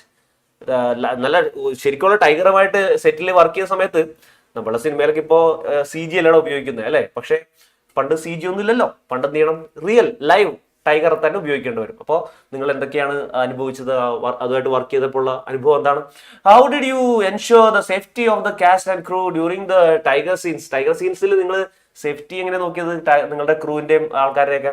അപ്പൊ നമുക്കറിയാം അതൊരു മറ്റേ തിൻ വയറൊക്കെ ഇട്ട് അവർ ആ ടൈഗറിനെ കെട്ടി വെക്കുന്ന കഥയൊക്കെ നമ്മൾ അതിനകത്ത് വായിച്ചാണ് അല്ലെ. അതുപോലെ തന്നെ whether any unexpected incidents during the filming of the tiger scenes that you had to handle? നമുക്കറിയാം ടൈഗർ ചാടി ആൾക്കാരുടെ മേലേക്കൊക്കെ വന്നത് അല്ലെ. അപ്പൊ അതൊക്കെ ഒന്ന് വിവരിക്കാൻ വേണ്ടി ചോദിക്കാം. പിന്നെ did you work with animal trainers and how did their expertise influence the shooting of the tiger scenes? പിന്നെ ടൈഗറിന്റെ ട്രെയിനേഴ്സ് ആരെങ്കിലുമായിട്ട് നിങ്ങൾ ചേർന്ന് വർക്ക് ചെയ്തിട്ടുണ്ടോ? അവരുടെ ആ ഒരു വൈദഗ്ധ്യം കൊണ്ട് എന്താണ് നിങ്ങൾക്ക് ഷൂട്ടിങ്ങിൽ ഗുണം ഉണ്ടായത്? എക്സ്പെർട്ടൈസും ഉണ്ട്. കാരണം നമുക്കറിയാം ഇത് ഈ കാര്യങ്ങൾ കംപ്ലീറ്റ് കൺട്രോൾ ചെയ്ത് നിയന്ത്രിച്ചത് ആ ഒരു എന്താണ് റിംഗ് മാസ്റ്റർ ആയിട്ടുള്ള ടോററ്റ് ആണെന്ന് നമുക്കറിയാം അല്ലെ. അപ്പൊ അദ്ദേഹത്തിനെ പറ്റിയൊക്കെ ചോദിക്കാം. ഇതൊക്കെയാണ് നമുക്ക് എന്താവുന്ന ഒരു ഇന്റർവ്യൂ ക്വസ്റ്റ്യൻ പോലെ ഇതിനകത്ത് ചോദിക്കാൻ പറ്റിയ ഒരു 3-4 കാര്യങ്ങൾ കേട്ടോടാ മക്കളെ. അപ്പൊ ഒന്ന് പഠിച്ച് നോട്ട് ചെയ്ത് വെച്ചോട്ടാ. ഇനി നമുക്ക് അടുത്ത ഇതിനകത്ത് പ്രധാനപ്പെട്ട കാര്യത്തിലേക്ക് പോകാം. ന്യൂസ് റിപ്പോർട്ടാണ് അടുത്തത്. ഒരു ന്യൂസ് റിപ്പോർട്ട് എങ്ങനെ നല്ല മനോഹരമായിട്ട് എഴുതാം, ബ്യൂട്ടിഫുൾ ആയിട്ട് എഴുതാം, അട്രാക്റ്റീവ് ആയിട്ട് എഴുതാം, ക്യാച്ചി ആയിട്ടുള്ള ഹെഡിങ്ങോട് കൂടി എഴുതാം എന്ന് നമുക്ക് നോക്കാം. ന്യൂസ് റിപ്പോർട്ടിന്റെ പ്രധാനമായിട്ട് വേണ്ട കാര്യങ്ങളാണ് നോക്കിക്കോ. ഒന്ന്, ഒരു ഹെഡ്ലൈൻ. ഹെഡ്ലൈൻ എന്ന് പറഞ്ഞു കഴിഞ്ഞാൽ സിമ്പിൾ ആയിരിക്കണം കേട്ടോ. സിമ്പിൾ മതി, അട്രാക്റ്റീവ് ആയിരിക്കണം. ഇതാണ് പ്രധാനപ്പെട്ട കാര്യം ഹെഡ്ലൈൻ കേട്ടോ. അപ്പൊ സിമ്പിൾ ആൻഡ് അട്രാക്റ്റീവ് ആയിട്ടുള്ള ഒരു ഹെഡ്ലൈൻ, ഒരു തലക്കെട്ട് കൊടുക്കണം. അതിന് താഴെ ശരിക്കും പറഞ്ഞാൽ നോർമലി ഒരു ബൈലൈൻ കൊടുക്കണം. ബൈലൈൻ എന്ന് പറഞ്ഞു കഴിഞ്ഞാൽ ആരാണ് ന്യൂസ് റിപ്പോർട്ട് തയ്യാറാക്കിയത്. അപ്പൊ നമുക്ക് എഴുതാം സ്റ്റാഫ് റിപ്പോർട്ടർ എന്ന് ബൈലൈൻ ആയിട്ട് എഴുതാം കേട്ടോ. അതിന് താഴെ ഒരു ഡേറ്റ് ലൈൻ, ദാറ്റ് മീൻസ് ഈ ഇൻസിഡന്റ് എവിടെയാണ് നടക്കുന്നത്, എന്നാണ് നടക്കുന്നത്.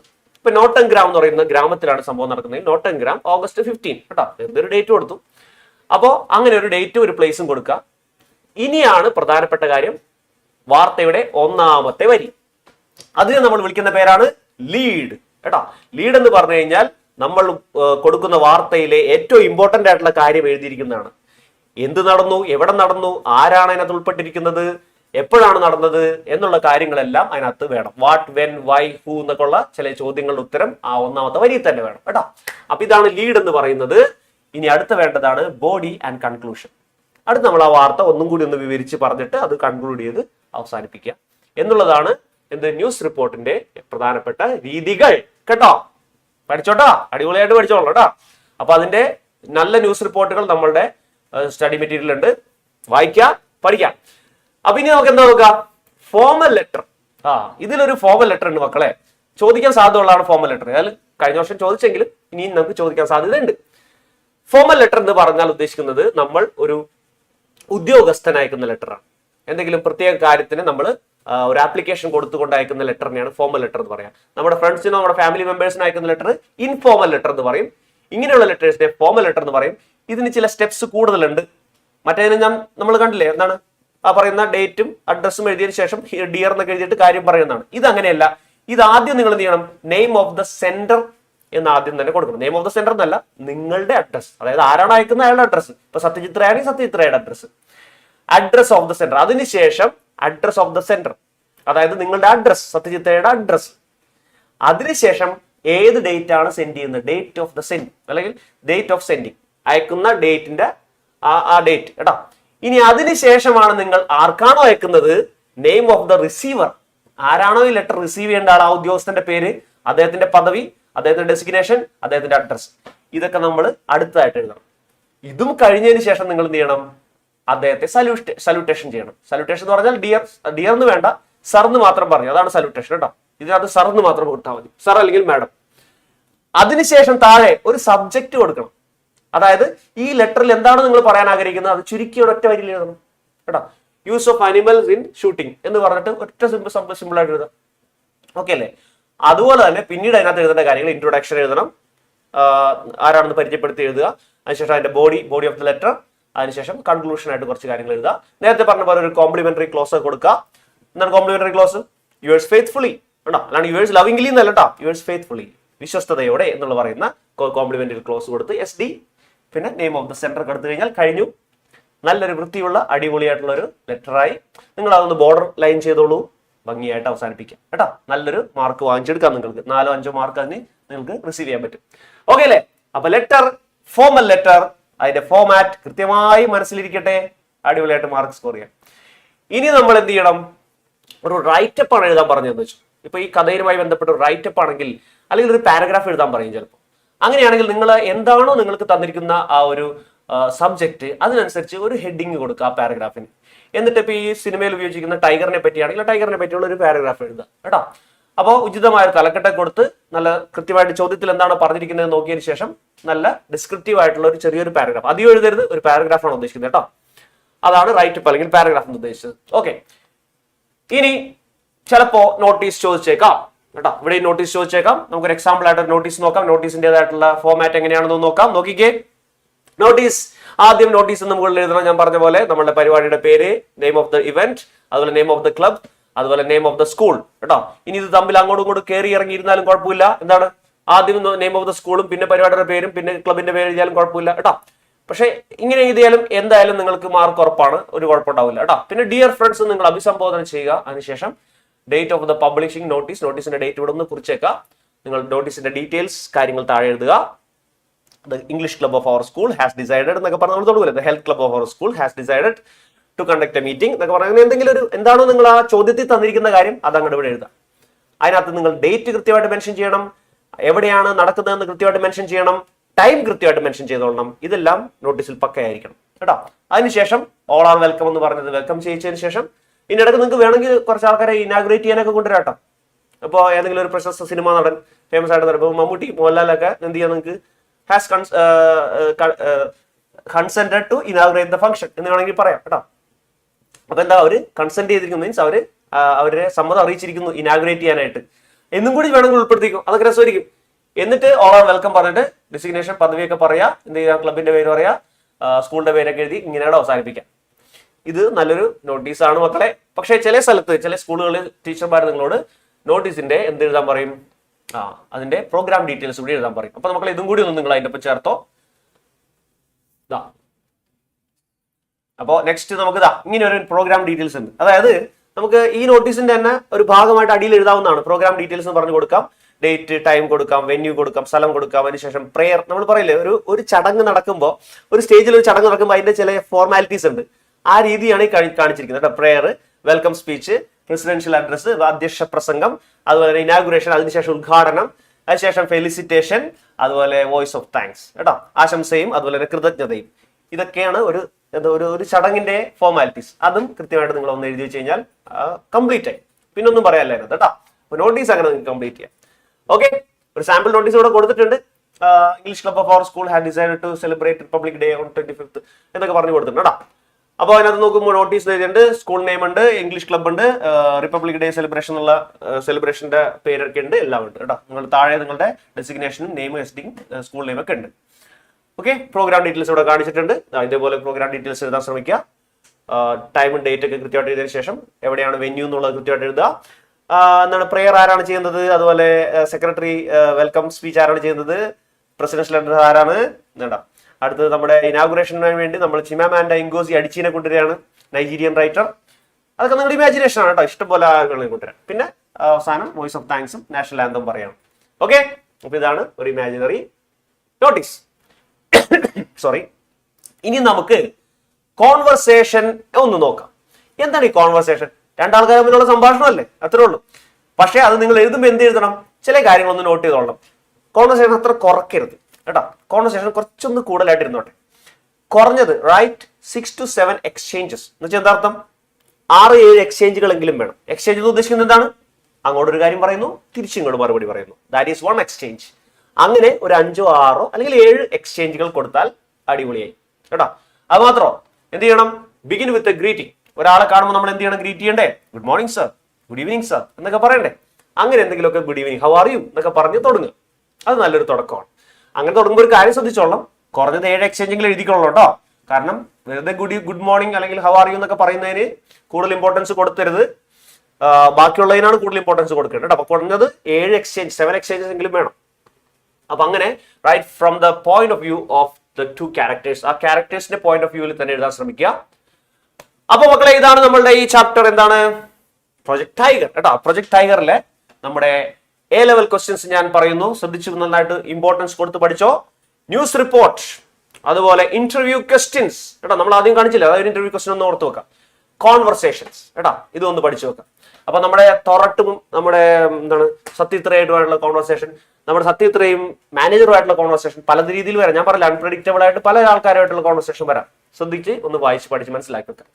B-level ക്വസ്റ്റ്യൻ ആയിട്ട് നമ്മൾ പറയുന്നത് ഇത്രേ ഉള്ളൂ. ഫോർമൽ ലെറ്റർ വരാൻ സാധ്യതയുണ്ട്, നരേറ്റീവും സാധ്യതയുണ്ട്.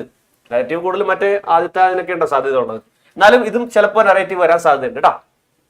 C-level ക്വസ്റ്റ്യൻ ആയിട്ട് വരുന്നത് ചിലപ്പോൾ ഡയറി വരാം, സത്യത്രയുടെ ഡയറി ചിലപ്പോൾ വരാം, ഒരു നോട്ടീസ് വരാൻ ചിലപ്പോൾ സാധ്യതയുണ്ട് കേട്ടോ. ഇതാണ് C-level ആയിട്ട് പറയാം. അപ്പൊ എന്താണ് ഈ A-level B-level C-level ഞാൻ പറയാൻ കാരണം, ഇമ്പോർട്ടന്റ് കൂടുതൽ കൊടുത്ത് A-level പഠിക്കാം, പിന്നെ രണ്ടാമത് B-level, പിന്നെ C-level പഠിക്കാം കേട്ടോ. ഓക്കെ, അപ്പൊ ഇതാണ് മക്കളെ നമ്മളുടെ എന്താണ് അടുത്ത് ഞാൻ കാണിച്ചത് നമ്മുടെ ബ്ലോഗിൻ ഇൻ ദ വിൻഡ് ആണ് കേട്ടോ. അത് നമുക്ക് അടുത്ത വീഡിയോയിൽ പറയാം കേട്ടോ.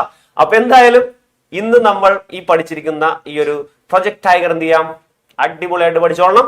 ഈ പറയുന്ന രീതിയിൽ കൃത്യമായിട്ട് കാര്യങ്ങൾ പഠിച്ചോളണം കേട്ടോ. അപ്പൊ എന്തായാലും നിങ്ങൾക്ക് എല്ലാവർക്കും സൂപ്പറായിട്ട് എക്സാം എഴുതാൻ പറ്റട്ടെ. നന്നായിട്ട് തന്നെ പെർഫോം ചെയ്യുക കേട്ടോ. പേടിക്കേണ്ട, ധൈര്യമായിട്ട് നന്നായിട്ട് പഠിച്ചാൽ മതി കേട്ടോ. നല്ല ആത്മാർത്ഥമായിട്ട് പഠിച്ചോ. ഓക്കെ, അപ്പൊ ഇന്ന് നമുക്ക് ഈ വീഡിയോ അവസാനിക്കാം. ഇനി നമുക്ക് അടുത്ത ബ്ലോഗിൻ ഇൻ ദ വിൻഡിലേക്ക് കടക്കുന്നതിന് മുമ്പ് നമുക്ക് എന്ത് ചെയ്യാം, അടുത്ത വീഡിയോയിൽ കാണാം. ബ്ലോഗിൻ ഇൻ ദ വിൻഡ് അല്ലേ.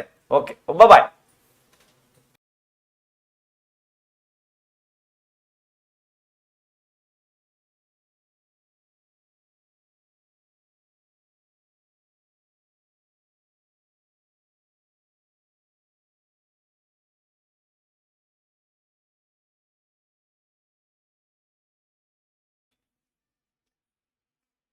മക്കളെ, നമ്മുടെ യൂണിറ്റിന്റെ 3ാമത്തെ ചാപ്റ്ററിലേക്ക് കടക്കണ്ടേ. നമ്മുടെ സെക്കൻഡ് യൂണിറ്റ് ദ ഫ്രെയിംസ്, അതിന്റെ 3ാമത്തെ ചാപ്റ്റർ കേട്ടോ. അപ്പൊ നമ്മൾ ഡിസ്കസ് ചെയ്യാൻ പോവാണ് 3rd ചാപ്റ്റർ. അതിന്റെ പേര് മൈ സിസ്റ്റേഴ്സ് ഷൂസ്, എൻ്റെ പെങ്ങളൂട്ടിയുടെ ഷൂസുകൾ കേട്ടോ. ഭയങ്കര ഇന്നസെന്റ് ആയിട്ടുള്ള 2 കുട്ടികളുടെ ഭയങ്കര രസകരമായിട്ട് ക്യൂട്ടായിട്ട് പിടിച്ചിട്ടുള്ള ഒരു സിനിമയാണ് മക്കളെ. കാണേണ്ട സിനിമയാണ്. എന്താ സിനിമ എന്നറിയാം? ആ സിനിമയുടെ പേര് ശരിക്കും പറഞ്ഞാൽ ദ ചിൽഡ്രൻ ഓഫ് ഹെവൻ എന്നാണ്. സിനിമ പിടിച്ചിരിക്കുന്നത് മജീദ് എന്ന് പറയുന്ന ഒരു ഇറാനിയൻ ഡയറക്ടറാണ് കേട്ടോ. ഇറാനിയൻ സിനിമയാണ്. പിന്നെ ഈ സിനിമയുടെ പ്രത്യേകത എന്ന് വെച്ചാൽ 1998 ഈ സിനിമ പിടിച്ചപ്പോൾ ആ വർഷത്തെ ഇറാനിൽ നിന്നുള്ള official entry to the Oscar films അല്ലെങ്കിൽ ഓസ്കാർ അവാർഡ്. അപ്പൊ നമ്മൾ കേട്ടുള്ള അക്കാഡമി അവാർഡിൽ ഓസ്കാർ, ആ ഓസ്കാർ അവാർഡിനുള്ള നോമിനേറ്റ് ചെയ്യപ്പെട്ട ഇറാനിൽ നിന്നുള്ള ഫസ്റ്റ് ഫിലിം അതാണ് ഈ പറയുന്ന ചിൽഡ്രൻ ഓഫ് ഹെവൻ. ആ ചിൽഡ്രൻ ഓഫ് ഹെവനിലെ ഒരു ചെറിയ ഭാഗത്തിന്റെ പേരാണ് മൈ സിസ്റ്റേഴ്സ് ഷൂസ്.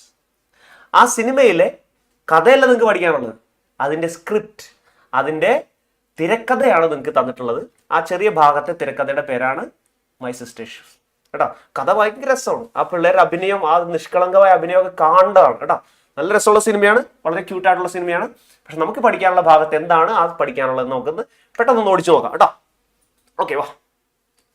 അപ്പൊ നമ്മുടെ ഈ മൈ സിസ്റ്റേഴ്സ് ഷൂവിൽ നമ്മൾ കാണുന്നത് രണ്ട് കുട്ടികളെയാണ്, അതായത് രണ്ട് ഇറാനിയൻ കുട്ടികളാണ് കേട്ടോ. ഇറാനിൽ നിന്നുള്ള രണ്ട് കുട്ടികൾ. My sisters shoes is a screenplay that tells the story of two siblings who share a deep bond despite their difficult circumstances. അപ്പോൾ അവരുടെ ജീവിതം വളരെ ബുദ്ധിമുട്ടേറിയ ദാരിദ്ര്യം പിടിച്ച ജീവിതമാണ്. പക്ഷെ അതിൻ്റെ ഇടയിലും ആ ഒരു സർക്കംസ്റ്റാൻസസിൻ്റെ ഇടയിലും അവർ തമ്മിലുള്ള പ്രത്യേക റിലേഷൻ, അവർ തമ്മിലുള്ള ആ സ്നേഹം, ആ സ്നേഹബന്ധം, അങ്ങനെ ആ സ്നേഹബന്ധമുള്ള രണ്ട് സഹോദരങ്ങളുടെ, ഒരു സഹോദരിയുടെയും അവളുടെ ചേട്ടൻ്റെയും കഥയാണ് ഈ പറയുന്ന മൈ സിസ്റ്റേഴ്സ് ഷൂ എന്ന് പറയുന്നത്. ആ ഒരു ഈ പ്ലോട്ടിലെ, അതായത് plot revolves around the younger sister who loses her shoes, a prized possession, and her older brothers efforts to retrieve or replace them. അപ്പോൾ ഇതിലെ പ്രധാന കഥയെന്ന് പറയുന്നത് നമുക്ക് പഠിക്കാനുള്ള മൈ സിസ്റ്റേഴ്സ് ഷൂ എന്ന് പറയുന്ന ഭാഗത്തിൽ തന്നെ കഥ എന്താണ്? ഈ സിസ്റ്ററിന്റെ ഒരു വളരെ പ്രഷ്യസ് ആയിട്ടുള്ള ഒരു ഷൂ കാണാണ്ട് പോവുകയാണ്. അത് പ്രത്യേകിച്ച് കാണാണ്ട് പോകുന്നത് ഈ ചേട്ടന്റെ കയ്യിൽ നിന്നാണ്. അതാണ് ഈ കഥ, പാവങ്ങളുടെ കഥയാണ് കേട്ടോ. അപ്പൊ അവര് പിന്നീട് അത് റീപ്ലേസ് ചെയ്യാനും അതെങ്ങനെയെങ്കിലും റിട്രീവ് ചെയ്യാനൊക്കെ ശ്രമിക്കുന്ന ഈ കുട്ടികളുടെ ശ്രമമാണ്, അവർ നടത്തുന്ന കഷ്ടപ്പാടാണ് ഈ സിനിമയിൽ പിന്നെ നമുക്ക് കാണുന്നത് കേട്ടോ. അപ്പൊ അതാണ് ഈ സിനിമ പറയുന്നത്. അപ്പൊ ഇത് set against backdrop of poverty. അപ്പൊ ഇവരുടെ വീട്ടിൽ ഭയങ്കര ദാരിദ്ര്യമാണ്. അതൊക്കെ ഇതിനകത്ത് നന്നായിട്ട് കാണിക്കുന്നുണ്ട്. നമുക്ക് ആ സ്ക്രിപ്റ്റ് എടുത്ത് നോക്കുമ്പോഴും അതിനകത്ത് കാണാൻ പറ്റും. അച്ഛൻ്റെ അമ്മയുടെയൊക്കെ അവസ്ഥ നമുക്ക് ഇതിനകത്ത് കാണാൻ പറ്റുന്നുണ്ട് കേട്ടോ. The story highlights themes of sacrifice, love and resilience of the human spirit as the siblings navigate their challenges with hope and determination. അപ്പൊ ഇതിനകത്ത് അവരുടെ ആ ഒരു ബുദ്ധിമുട്ടും കഷ്ടപ്പാടിൻ്റെ ഒപ്പം തന്നെ അവർ അനുഭവിക്കുന്ന ആ സ്നേഹവും അതുപോലെ തന്നെ സാക്രിഫൈസും, അത് അവന്റെ ഷൂ അവർക്ക് വേണ്ടി കൊടുക്കുന്നുണ്ടല്ലോ, അതൊക്കെ അവർ സാക്രിഫൈസ് ആയിട്ട് കണക്കാക്കിയൊക്കെയാണ്. പിന്നെ അവരുടെ എന്താണ് ഹോപ്പും പ്രതീക്ഷയൊക്കെ അതിനകത്ത് നന്നായിട്ട് എടുത്ത് കാണിക്കുന്നുണ്ട് കേട്ടോ. നമ്മൾ പറയാ എന്താണ് മൈ സിസ്റ്റേഴ്സ് ഷൂ എന്ന് പറയുന്ന ഈ ഭാഗത്തിൽ തന്നെ നമുക്ക് യൂട്യൂബിലൊക്കെ നോക്കിയാൽ കിട്ടും കേട്ടോ ഈ സംഭവം കേട്ടോ. നിങ്ങൾക്ക് അതിന്റെ ഒരു ചെറിയ വീഡിയോ മൈ സിസ്റ്റേഴ്സ് ഷൂവിന്റെ മാത്രം കാണണമെങ്കിൽ അത്രയും ഭാഗം മാത്രമായിട്ടുള്ള വീഡിയോ ഉണ്ട് ഈ സിനിമ എന്നുള്ളത്. അതൊക്കെ കാണുമ്പോൾ തന്നെ നമുക്ക് രസമായിട്ട് തോന്നും. ആ കുട്ടികളുടെയൊക്കെ മുഖത്തെ നിഷ്കളങ്കതയും അഭിനയമൊക്കെ കാണുമ്പോൾ എന്ത് രസമുള്ള ഫ്രെയിംസ് ആണെന്ന് അറിയും. അടിപൊളിയാണ്, കാണണ്ടേ കേട്ടോ. അപ്പൊ എന്തായാലും നമുക്കൊന്ന് പഠിച്ചോളാം. അതിനകത്ത് നമുക്ക് ഹിസ്റ്ററി നോക്കണ്ടേ? നമ്മുടെ പരീക്ഷയിൽ ഈ ചാപ്റ്ററിനുള്ള ഹിസ്റ്ററി നോക്കണ്ടേ? നോക്കിക്കളയാം.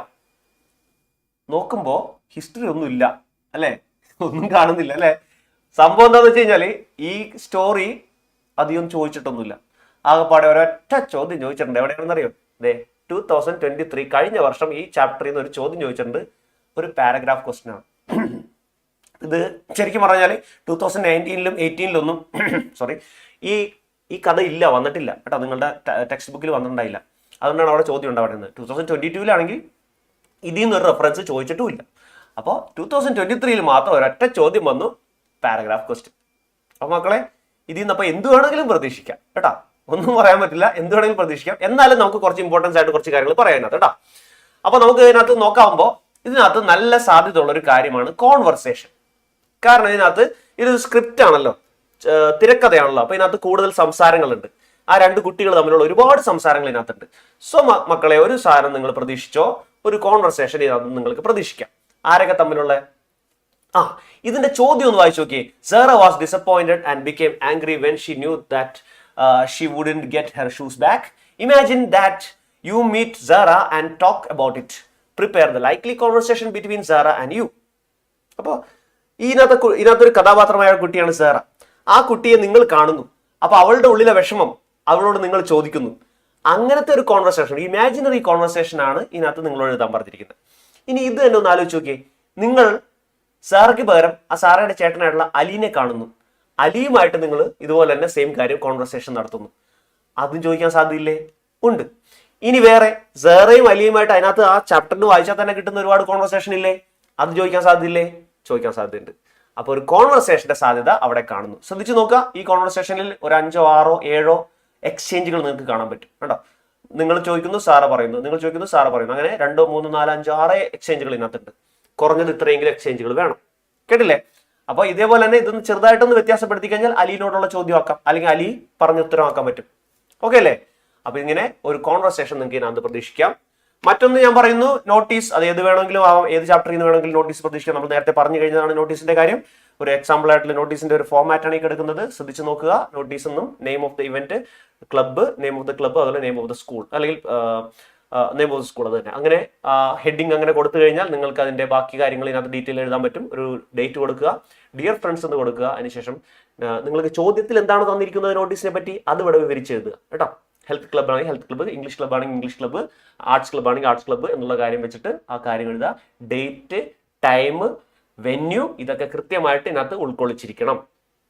ഓൾ ആർ വെൽക്കം പറഞ്ഞ് നമുക്കിത് അവസാനിപ്പിക്കാവുന്നതാണ്. ഇങ്ങനെ നോട്ടീസ് ബാക്കി നെയിം ഒക്കെ എഴുതിയിട്ട് നമുക്ക് അവസാനിപ്പിക്കുന്നതാണ്. കൂടാതെ ഓപ്ഷണൽ ആയിട്ട് നിങ്ങൾക്ക് എന്ത് ചെയ്യാം, ഈ ഒരു കാര്യം കൂടെ അതിൻ്റെ ഒപ്പം എഴുതാം. എന്താണ്? Program details. നേരത്തെ പറഞ്ഞാണെങ്കിലും ഒന്നുകൂടി പറയാണ്, പ്രോഗ്രാം ഡീറ്റെയിൽസ് എഴുതിക്കോ, അത് നല്ലതാണ് കേട്ടോ.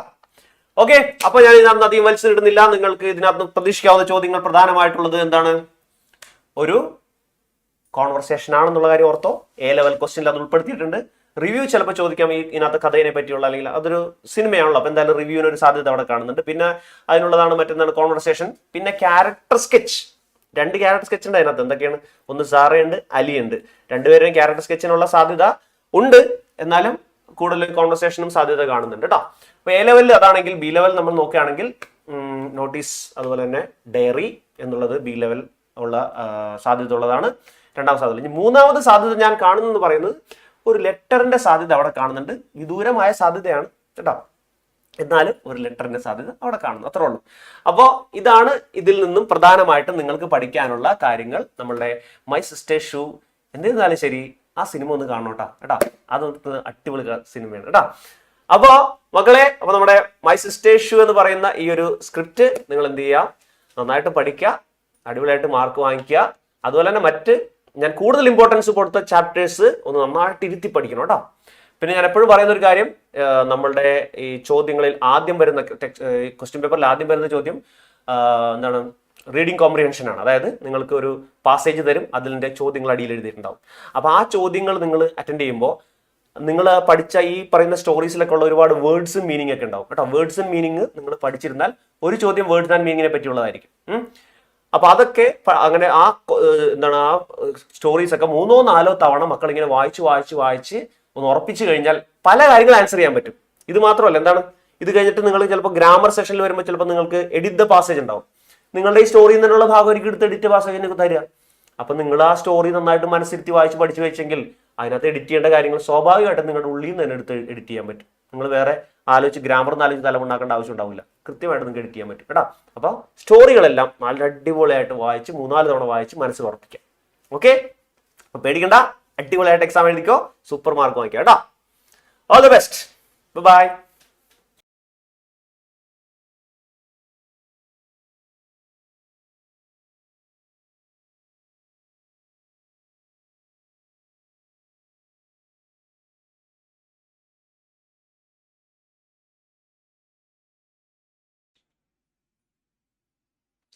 ഹായ് മക്കളെ. ഓക്കെ, അപ്പൊ നമ്മളുടെ സെക്കൻഡ് യൂണിറ്റിനെ പറ്റിയാണ് നമ്മൾ പറഞ്ഞുകൊണ്ടിരിക്കുന്നത് അല്ലേ. സെക്കൻഡ് യൂണിറ്റിലെ ഒരു കിടിലം പോയുണ്ട് കേട്ടോ. ഞാൻ ആദ്യത്തെ യൂണിറ്റിലെ ലൈൻസ് റിട്ടേൺ എയർലൈൻ സ്പ്രിങ്ങിനെ പറഞ്ഞത് ബ്യൂട്ടിഫുൾ പോയെന്നാണെങ്കിൽ ഇതിനെ ഞാൻ പറയാ ഒരു അടിപൊളി സൂപ്പർ കിടിലം പോയാണ് കേട്ടോ. ഇതൊരു പ്രൊട്ടസ്റ്റ് സോങ് ആണ് ശരിക്കും പറയുകയാണെങ്കിൽ. അതാണ് ഈ പോയത്തിന്റെ പ്രത്യേകത. പ്രൊട്ടസ്റ്റ് സോങ് മീൻസ് പ്രതിഷേധ ഗാനം അല്ലെ. പ്രതിഷേധം. എന്തിനെതിരെ പ്രതിഷേധം? പ്രതിഷേധിക്കുന്നത് സ്ലേവറിക്കെതിരെയാണ്, ഡിസ്ക്രിമിനേഷനെതിരെയാണ്, വാറിനെതിരെയാണ്. കണ്ടോ, ഇങ്ങനെയുള്ള ഏറ്റവും നമ്മുടെ മനുഷ്യന്മാർക്കൊട്ടും നല്ലതല്ലാത്ത ചില കാര്യങ്ങൾക്കെതിരെ പ്രതികരിച്ചുകൊണ്ട് ബോബ് ഡിലൻ എന്ന് പറയുന്ന അമേരിക്കക്കാരനായ ആ സോങ് റൈറ്റർ സിംഗർ കേട്ടോ, അത് നല്ലൊരു പാട്ടുകാരനാണ്. അദ്ദേഹം എഴുതിയൊരു ഉഗ്രം പോയാണ് എന്താണ് ഈ പറയുന്ന ബ്ലോവിൻ ഇൻ ദ വിൻഡ് കേട്ടോ. ബ്ലോവിൻ ഇൻ ദ വിൻഡ്, കാറ്റിൽ ഒഴുകുന്നു എന്നാണ് പറയുന്നത് അല്ലെ. കാറ്റിൽ ഇതാ ഒഴുകി പറക്കുന്നു. എന്താ പറക്കുന്നത്? നമുക്കറിയാവുന്ന കാര്യം തന്നെയാണ്. നമ്മൾക്ക് മുന്നിലുള്ള പ്രശ്നങ്ങളുടെ ഉത്തരങ്ങളെല്ലാം കാറ്റിൽ പറക്കുന്നു എന്നാണ് അദ്ദേഹം പറയുന്നത്. ദാറ്റ് മീൻസ് നമ്മുടെ മുന്നിൽ എല്ലാം ഉണ്ട്, നമ്മളത് കണ്ടില്ല എന്ന് വെക്കുന്നു. അതാണ് ഈ പ്രശ്നം. അപ്പോ നമ്മുടെ മുന്നിലുള്ള ഈ സ്ലേവറിക്കും വാറിനും അതുപോലെ ഡിസ്ക്രിമിനേഷനും അങ്ങനെയുള്ള എല്ലാ ദുഷ്ടത്തരത്തിനും കേട്ടോ ക്രൂവാലിറ്റിക്കും ഒക്കെ എതിരെ ശബ്ദിക്കുന്ന ആൾക്കാരുണ്ട് ഒരുപാട്. അതിനുള്ള പരിഹാരങ്ങൾ ഇവിടെ ഉണ്ട്. പക്ഷെ നമ്മളാവുന്ന ഒരുപാട് ഭൂരിപക്ഷം ആൾക്കാർ കേട്ടോ മെജോറിറ്റി ആയിട്ടുള്ള ആൾക്കാർ ഈ പ്രശ്നങ്ങളെ കണ്ടില്ല എന്ന് നടിച്ച് നമ്മൾ അതിനെതിരെ ഒന്നും ചെയ്യാതെ ആക്ട് ചെയ്യാതെ ജീവിക്കുന്നു. അതിനൊക്കെതിരെ പ്രതിഷേധിച്ചുകൊണ്ടാണ്. അതിന് മാത്രമല്ല, പിന്നെ ഈ ഓട്ടോക്രാറ്റുകളായിട്ടുള്ള ആൾക്കാരില്ലേ, ദുഷ്ടന്മാരായിട്ടുള്ള ഭരണാധികാരികളില്ലേ, അവർക്കുമെതിരെ പ്രതിഷേധിച്ചുകൊണ്ട് ഒരു പ്രതിഷേധ ഗാനമാണ് ഈ പറയുന്ന ബ്ലോവിൻ ഇൻ ദ വിൻഡ്.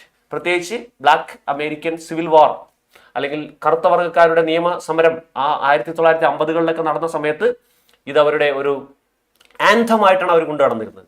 അവരുടെ ഒരു ദേശീയ ഗാനം പോലെ. നമ്മൾ ദേശീയ ഗാനത്തെ എത്രത്തോളം പവർഫുൾ ആയിട്ട് അല്ലെങ്കിൽ ഭയങ്കര ആദരവോടുകൂടി നമ്മൾ കാണുന്നു, അതുപോലെ അവരുടെ സമരങ്ങളിലൊക്കെ അവർ വളരെ ദേശീയ ഗാനം പോലെ അവർ വിളിച്ച് പാടി നടന്നിരുന്ന പാട്ടാണ് ബ്ലോവിൻ ഇൻ ദ വിൻഡ് കേട്ടോ. ആ വരികൾ വായിക്കുമ്പോൾ തന്നെ നമുക്ക് മനസ്സിലാവും എത്രത്തോളം ആ ഒരു പ്രതിഷേധം വികാരം ഉണ്ടെന്നുള്ള കാര്യം നമുക്ക് മനസ്സിലാവും കേട്ടോ. എന്തായാലും നമുക്ക് ഇതിന്റെ ഹിസ്റ്ററി നോക്കാം. നമ്മുടെ എക്സാംസ് ഹിസ്റ്ററിയിൽ ഇതെങ്ങനെയാണ് ഇതിന്റെ റോൾ എന്ന് നോക്കാം അല്ലെ. ലൈൻസ് റിട്ടേൺ എലൻ സ്പ്രിങ്ങിന്റെ അത്രയും വരില്ലെങ്കിലും ഇതിനും ചില കാര്യങ്ങളുണ്ട് കേട്ടോ. Blown in the Wind by Bob Dylan explores the quest for answers to crucial social and moral questions. അപ്പോൾ ഇത് ചില സാമൂഹികവും ധാർമ്മികവുമായിട്ടുള്ള ചില ക്വസ്റ്റ്യൻസ് ആണ് ചോദിക്കുന്നത് ഈ പോയം കേട്ടോ. Through A series of rhetorical questions. അതാണ് ഇതിനകത്ത് ഏറ്റവും വലിയ ഇമ്പോർട്ടൻറ്റ് ഹൈലൈറ്റ് എന്ന് പറയുന്ന സാധനം ഇതാണ്. ഈ പോയത്തിൽ കംപ്ലീറ്റ് റിട്ടോറിക്കൽ ക്വസ്റ്റ്യൻസ് ചോദിക്കുന്നുണ്ട്. റിട്ടോറിക്കൽ ക്വസ്റ്റ്യൻസ് എന്ന് പറയുന്നത് എന്താ പ്രത്യേകം എന്നറിയും? അത് നമ്മൾക്ക് ഉത്തരം ആവശ്യമില്ലാത്ത ചോദ്യങ്ങളാണ്. നമ്മൾ ചോദ്യം ചോദിക്കുമ്പോൾ ഉത്തരം ആവശ്യമില്ല, നമ്മൾ ഒരു എഫക്റ്റ് ഉണ്ടാക്കാൻ വേണ്ടി അങ്ങോട്ട് ചോദിക്കില്ലേ, അങ്ങനത്തെ ചോദ്യങ്ങളാണ് നമ്മൾ എന്ത് പറയാ റിട്ടോറിക്കൽ ക്വസ്റ്റ്യൻസ് കേട്ടോ. അപ്പോൾ ഇവിടെ എന്താണ് ഈ നടക്കുന്നത് എന്നൊക്കെ പറഞ്ഞ് നമ്മൾ ചില കാര്യങ്ങളൊക്കെ പറയൂലേ. അപ്പൊ എന്താണ് നടക്കുന്നതെന്ന കാര്യങ്ങൾ തിരിച്ച് പറയാൻ വേണ്ടിയിട്ടാണോ അങ്ങനെ ചോദിക്കുന്നത്? നമ്മൾ പറയുന്നതിനാ നമ്മളതൊരു പ്രസംഗിക്കുമ്പോൾ സമയത്തൊക്കെ നമുക്ക് ഒരു എഫക്റ്റ് ഉണ്ടാക്കാൻ വേണ്ടി പറയുന്നതാണ് അല്ലെ. അപ്പൊ അതേപോലത്തെ ഒരുപാട് റിട്ടോറിക്കൽ ആയിട്ടുള്ള ചോദ്യങ്ങൾ ചോദിച്ചുകൊണ്ടാണ് ഈ പോയം കംപ്ലീറ്റ് ചെയ്യുന്നത് കേട്ടോ. Issues The song reflects on issues like war, freedom, and equality, suggesting that the answers are simple but often ignored. ഈ പോയം പറയുന്നത് ആൻസേഴ്സ് ഒക്കെ സിമ്പിൾ ആണ് ഈ പ്രശ്നങ്ങൾക്കുള്ള, പക്ഷെ അത് നമ്മൾ ഇഗ്നോർ ചെയ്യാണ് കേട്ടോ. Just blowing in the wind, അത് answers blowing in the wind എന്നാണ് ഇതിനകത്ത് പറയുന്നത്. അതായത് നമ്മുടെ മുന്നിൽ ഉണ്ടെന്നാണ് പറയുന്നത് കേട്ടോ. Implying that the solutions are clear but often overlooked, നമ്മളത് ശ്രദ്ധിക്കുന്നേ ഇല്ല എന്നാണ് പറയുന്നത് കേട്ടോ. It's a powerful call to recognize and address these universal concerns. ലോകം എല്ലാമുള്ള ജനങ്ങളുടെ ആശങ്കയെ പറ്റി വളരെ നല്ല രീതിയിൽ ഇത് പ്രതിപാദിക്കുന്നുണ്ട്, അഡ്രസ് ചെയ്യുന്നുണ്ട് ഈ പോയം കേട്ടോ. ഓക്കെ, നമ്മൾ പോയത്തിൽ പഠിക്കാനുള്ള ഞാൻ നേരത്തെ പറഞ്ഞ പോലെ ഇതിന്റെ ഹിസ്റ്ററി എന്താണെന്ന് നമുക്ക് നോക്കാം. ഇത് നോക്കി വരുമ്പോൾ ഇതിനകത്ത് ആക്ച്വലി പറഞ്ഞ പ്രശ്നം വെച്ചാൽ എന്താണ്, മറ്റേ പോയം ഇതിനെന്ത് ചെയ്യുന്നു, അതിനങ്ങോട്ട് മൂടി വെച്ചേക്കാണ്. കാരണം നമ്മൾ പഠിച്ചാണ് ലൈൻസ് റിട്ടേൺ എലൻ സ്പ്രിംഗ് എന്നാണ് 2023 എന്താണ് ക്വസ്റ്റ്യൻ ആൻസർ അപ്രിസിയേഷൻ ചോദിച്ചത്. 2022 അതിൽ നിന്ന് തന്നെയാണ് ക്വസ്റ്റ്യൻ ആൻസർ ചോദിച്ചത്. 2019 അതിൽ നിന്ന് തന്നെയാണ് ക്വസ്റ്റ്യൻ ആൻസർ അപ്രിസിയേഷൻ ചോദിച്ചത്. ഈ പോയത്തിൽ നിന്ന് ആകപ്പാടെ ചോദ്യം വന്നിട്ടുള്ളത് 2022 ഒരു ക്വസ്റ്റ്യൻ ആൻസർ സെഷൻ മാത്രമാണ് കേട്ടോ. ക്വസ്റ്റ്യൻ ആൻസർ സെഷൻ മാത്രമാണ്, ഒരു വർഷം മാത്രമേ ഞാൻ ചോദിച്ചിട്ടുള്ളൂ ഈ പോയത്തിൽ നിന്ന്. അപ്പോൾ ഇനി വരുന്നത് മിക്കവാറും ഒരു ക്വസ്റ്റ്യൻ ആൻസർ തന്നെ ആയിരിക്കാം എന്ന് നമുക്ക് അനുമാനിക്കാം കേട്ടോ. അങ്ങനെയാണെങ്കിൽ നമ്മൾക്ക് അന്ന് വന്ന ക്വസ്റ്റ്യൻസ് ഏതൊക്കെയാണെന്ന് വായിച്ചു നോക്കാം. നോക്കിക്കേ, what does the expression roads stands for? ഇതിനകത്ത് റോഡ്സ് എന്നൊരു കാര്യം പറയുന്നില്ലേ, അതെന്താണ് സ്റ്റാൻഡ് ചെയ്യുന്നത്, എന്തിനു വേണ്ടിയാണ് നിലനിൽക്കുന്നത്? റോഡ് എന്ന് പറയുന്നത് എന്താണ്? ദ വൈറ്റ് ഡോ സിംബലൈസ്, ഇതിനകത്ത് കുറെ സിംബലൈസേഷൻ ഒക്കെ ഉണ്ട്. അതായത് വൈറ്റ് ഡോ, അതുപോലെ തന്നെ എന്താണ് ഒരു പീരങ്കി ഉണ്ടതിനെ പറ്റി പറയുന്നില്ല, ആ സംഭവങ്ങൾ ഇതൊക്കെ നമ്മൾ എന്തിനെയാണ് സിംബലൈസ് ചെയ്യുന്നത്? അപ്പൊ അതെന്നൊക്കെ പറഞ്ഞാൽ വാറിനെയാണ് സിംബലൈസ് ചെയ്യുന്നത് കേട്ടോ. അപ്പോൾ അങ്ങനെയുള്ള കുറച്ച് കാര്യങ്ങൾ ഇതിനകത്ത് നോക്കി വെച്ചോ. ഈ ഡോ എന്താണ്, ഈ പറയുന്ന ബ്ലോവ് ഇൻ ദ വിൻഡ് എന്തിനെ ഇംപ്ലൈ ചെയ്യുന്നത്? ഇൻസ്റ്റൻസസ് ഓഫ് ഇതിനകത്തുണ്ട് അലിട്രേഷൻ കേട്ടോ. അലിട്രേഷൻ നമ്മൾ നേരത്തെ പറഞ്ഞില്ലേ, കൺസോണന്റ് സൗണ്ട് ഇങ്ങനെ ആവർത്തിച്ച് വരുന്നത്, അത് നോക്കി വെക്കുക കേട്ടോ. അലിട്രേഷൻ ശ്രദ്ധിച്ചു വെക്കുക. ഇതാണ് ആകപ്പാടെ അന്ന് വന്നിട്ടുള്ള 2022 വന്നിട്ടുള്ള ക്വസ്റ്റ്യൻ ആൻസേഴ്സ്. ഓക്കെ, അപ്പൊ സിംബലൈസ് ചെയ്തിരിക്കുന്ന കാര്യങ്ങൾ എന്താണെന്ന് ചോദിക്കാൻ സാധ്യതയുണ്ട്. അപ്പൊ നിങ്ങൾ അത് ശ്രദ്ധിച്ചു. ഓക്കെ, അപ്പൊ ഇനി നമുക്ക് ഡയറക്റ്റ് ആയിട്ട് എന്താണ് അധികം ചോദ്യം വന്നിട്ടില്ലാത്തതുകൊണ്ട് ഞാൻ നിങ്ങൾക്ക് ഏകദേശം ചോദിക്കാൻ സാധ്യതയുള്ള ചോദ്യങ്ങൾ ഞാൻ പറഞ്ഞു തരികയാണ്. എ ലെവൽ ക്വസ്റ്റൻ ആയിട്ട് നമുക്ക് ചോദിക്കാൻ സാധ്യതയുള്ളത്, what does the word roads refer to here? Roads എന്തിനാണ് റെഫർ ടു ഹിയർ, അതായത് റോഡ്സ് എന്തിനാണ് പ്രതിപാദിക്കുന്നത് എന്ന് പറയുന്നു. അതുപോലെ what does the writer say that the answer is blow in the wind? Answer blow in the wind എന്ന് പറയാൻ കാരണം എന്താണ്? അതൊക്കെ സിമ്പിൾ ആയിട്ട് ചോദിക്കാവുന്ന ചോദ്യം ഉണ്ടോ. Who may be the people and man referred to in stanza 2? What is the attitude of the writer towards them? അപ്പൊ ഈ പല സ്റ്റാൻസകളിലും പീപ്പിൾ എന്നും മാൻ എന്നൊക്കെ പറഞ്ഞാൽ പറയുന്നുണ്ട്, അത് ആരെയാണ് ഉദ്ദേശിക്കുന്നതെന്ന് ചോദിക്കും കേട്ടോ. അപ്പൊ ഇതും ചോദിക്കാൻ സാധ്യതയുള്ളതാണ്. ബി ലെവൽ ക്വസ്റ്റ്യൻ ഞാൻ നിങ്ങൾക്ക് തരുന്നു. ബാക്കിയുള്ള questions do the questions given here demand A specific answer. What do you call such questions? അതിന്റെ റിട്ടോറിക്കൽ ക്വസ്റ്റ്യൻസ് എന്നാണ് പറയുന്നത്. How is the question about mountain related to the other two questions in stanza 2? Pick out lines from the song that refer to denial of civil rights. അതുപോലെ what attitude of the people is reflected in the refrain? The answer is blowing in the wind. എന്നൊക്കെ പറയുന്ന ചോദ്യങ്ങൾ നിങ്ങൾക്ക് ഇതിൽ നിന്ന് പ്രതീക്ഷിക്കാം കേട്ടോ മക്കളെ. അപ്പൊ ഇതാണ് നമ്മുടെ ഈ പോയം. എന്താണ് ബ്ലോവിൻ ഇൻ ദ വിൻഡ് എന്ന് പറയുന്ന പോയം. അതിൽ നിന്ന് ചോദിക്കാവുന്ന ചോദ്യങ്ങളും. അപ്പോ ശ്രദ്ധിക്കുക, ഈ പോയത്തിന് അധിക ഇമ്പോർട്ടൻസ് കിട്ടിയിട്ടില്ല ഹിസ്റ്ററി നോക്കുമ്പോൾ. പക്ഷേ നമുക്കതിനെ ഒഴിവാക്കാൻ പറ്റില്ല. കാരണം ഈ പ്രാവശ്യം ചിലപ്പോൾ അതിനകത്ത് ക്വസ്റ്റ്യൻ ആൻസറിന്റെ ഒരു സെഷൻ വന്നാൽ ഓക്കെ അല്ലേ, വരില്ലേ, വരാൻ സാധ്യതയുണ്ട്. അപ്പൊ വിട്ടുകളയരുത്, അതിനകത്ത് ക്വസ്റ്റ്യൻസ് പഠിച്ചോളണം. ഓക്കെ, അപ്പൊ ഇതാണ് നമ്മുടെ ബ്ലോവിൻ ഇൻ ദ വിൻഡ് എന്ന് പറയുന്ന ബോബ് ഡിലന്റെ ഫേമസ് ആയിട്ടുള്ള ആ ഒരു പ്രൊട്ടസ്റ്റ് സോങ്. അപ്പോൾ ഇനി അടുത്തത് നമുക്ക് ഈ യൂണിറ്റിൽ ഒരു ചാപ്റ്റർ കൂടി ഉള്ളൂ. അത് നമ്മുടെ മൈ സിസ്റ്റേഴ്സ് ഷൂ ആണ്. അതിനെപ്പറ്റി നമുക്ക് അടുത്ത വീഡിയോയിൽ സംസാരിക്കാം. ഈ വീഡിയോ ഞാൻ സൈൻ ഓഫ് ചെയ്യണം. Okay, bye. Winners Coaching Center. Teaching from the heart. 22 years of excellence.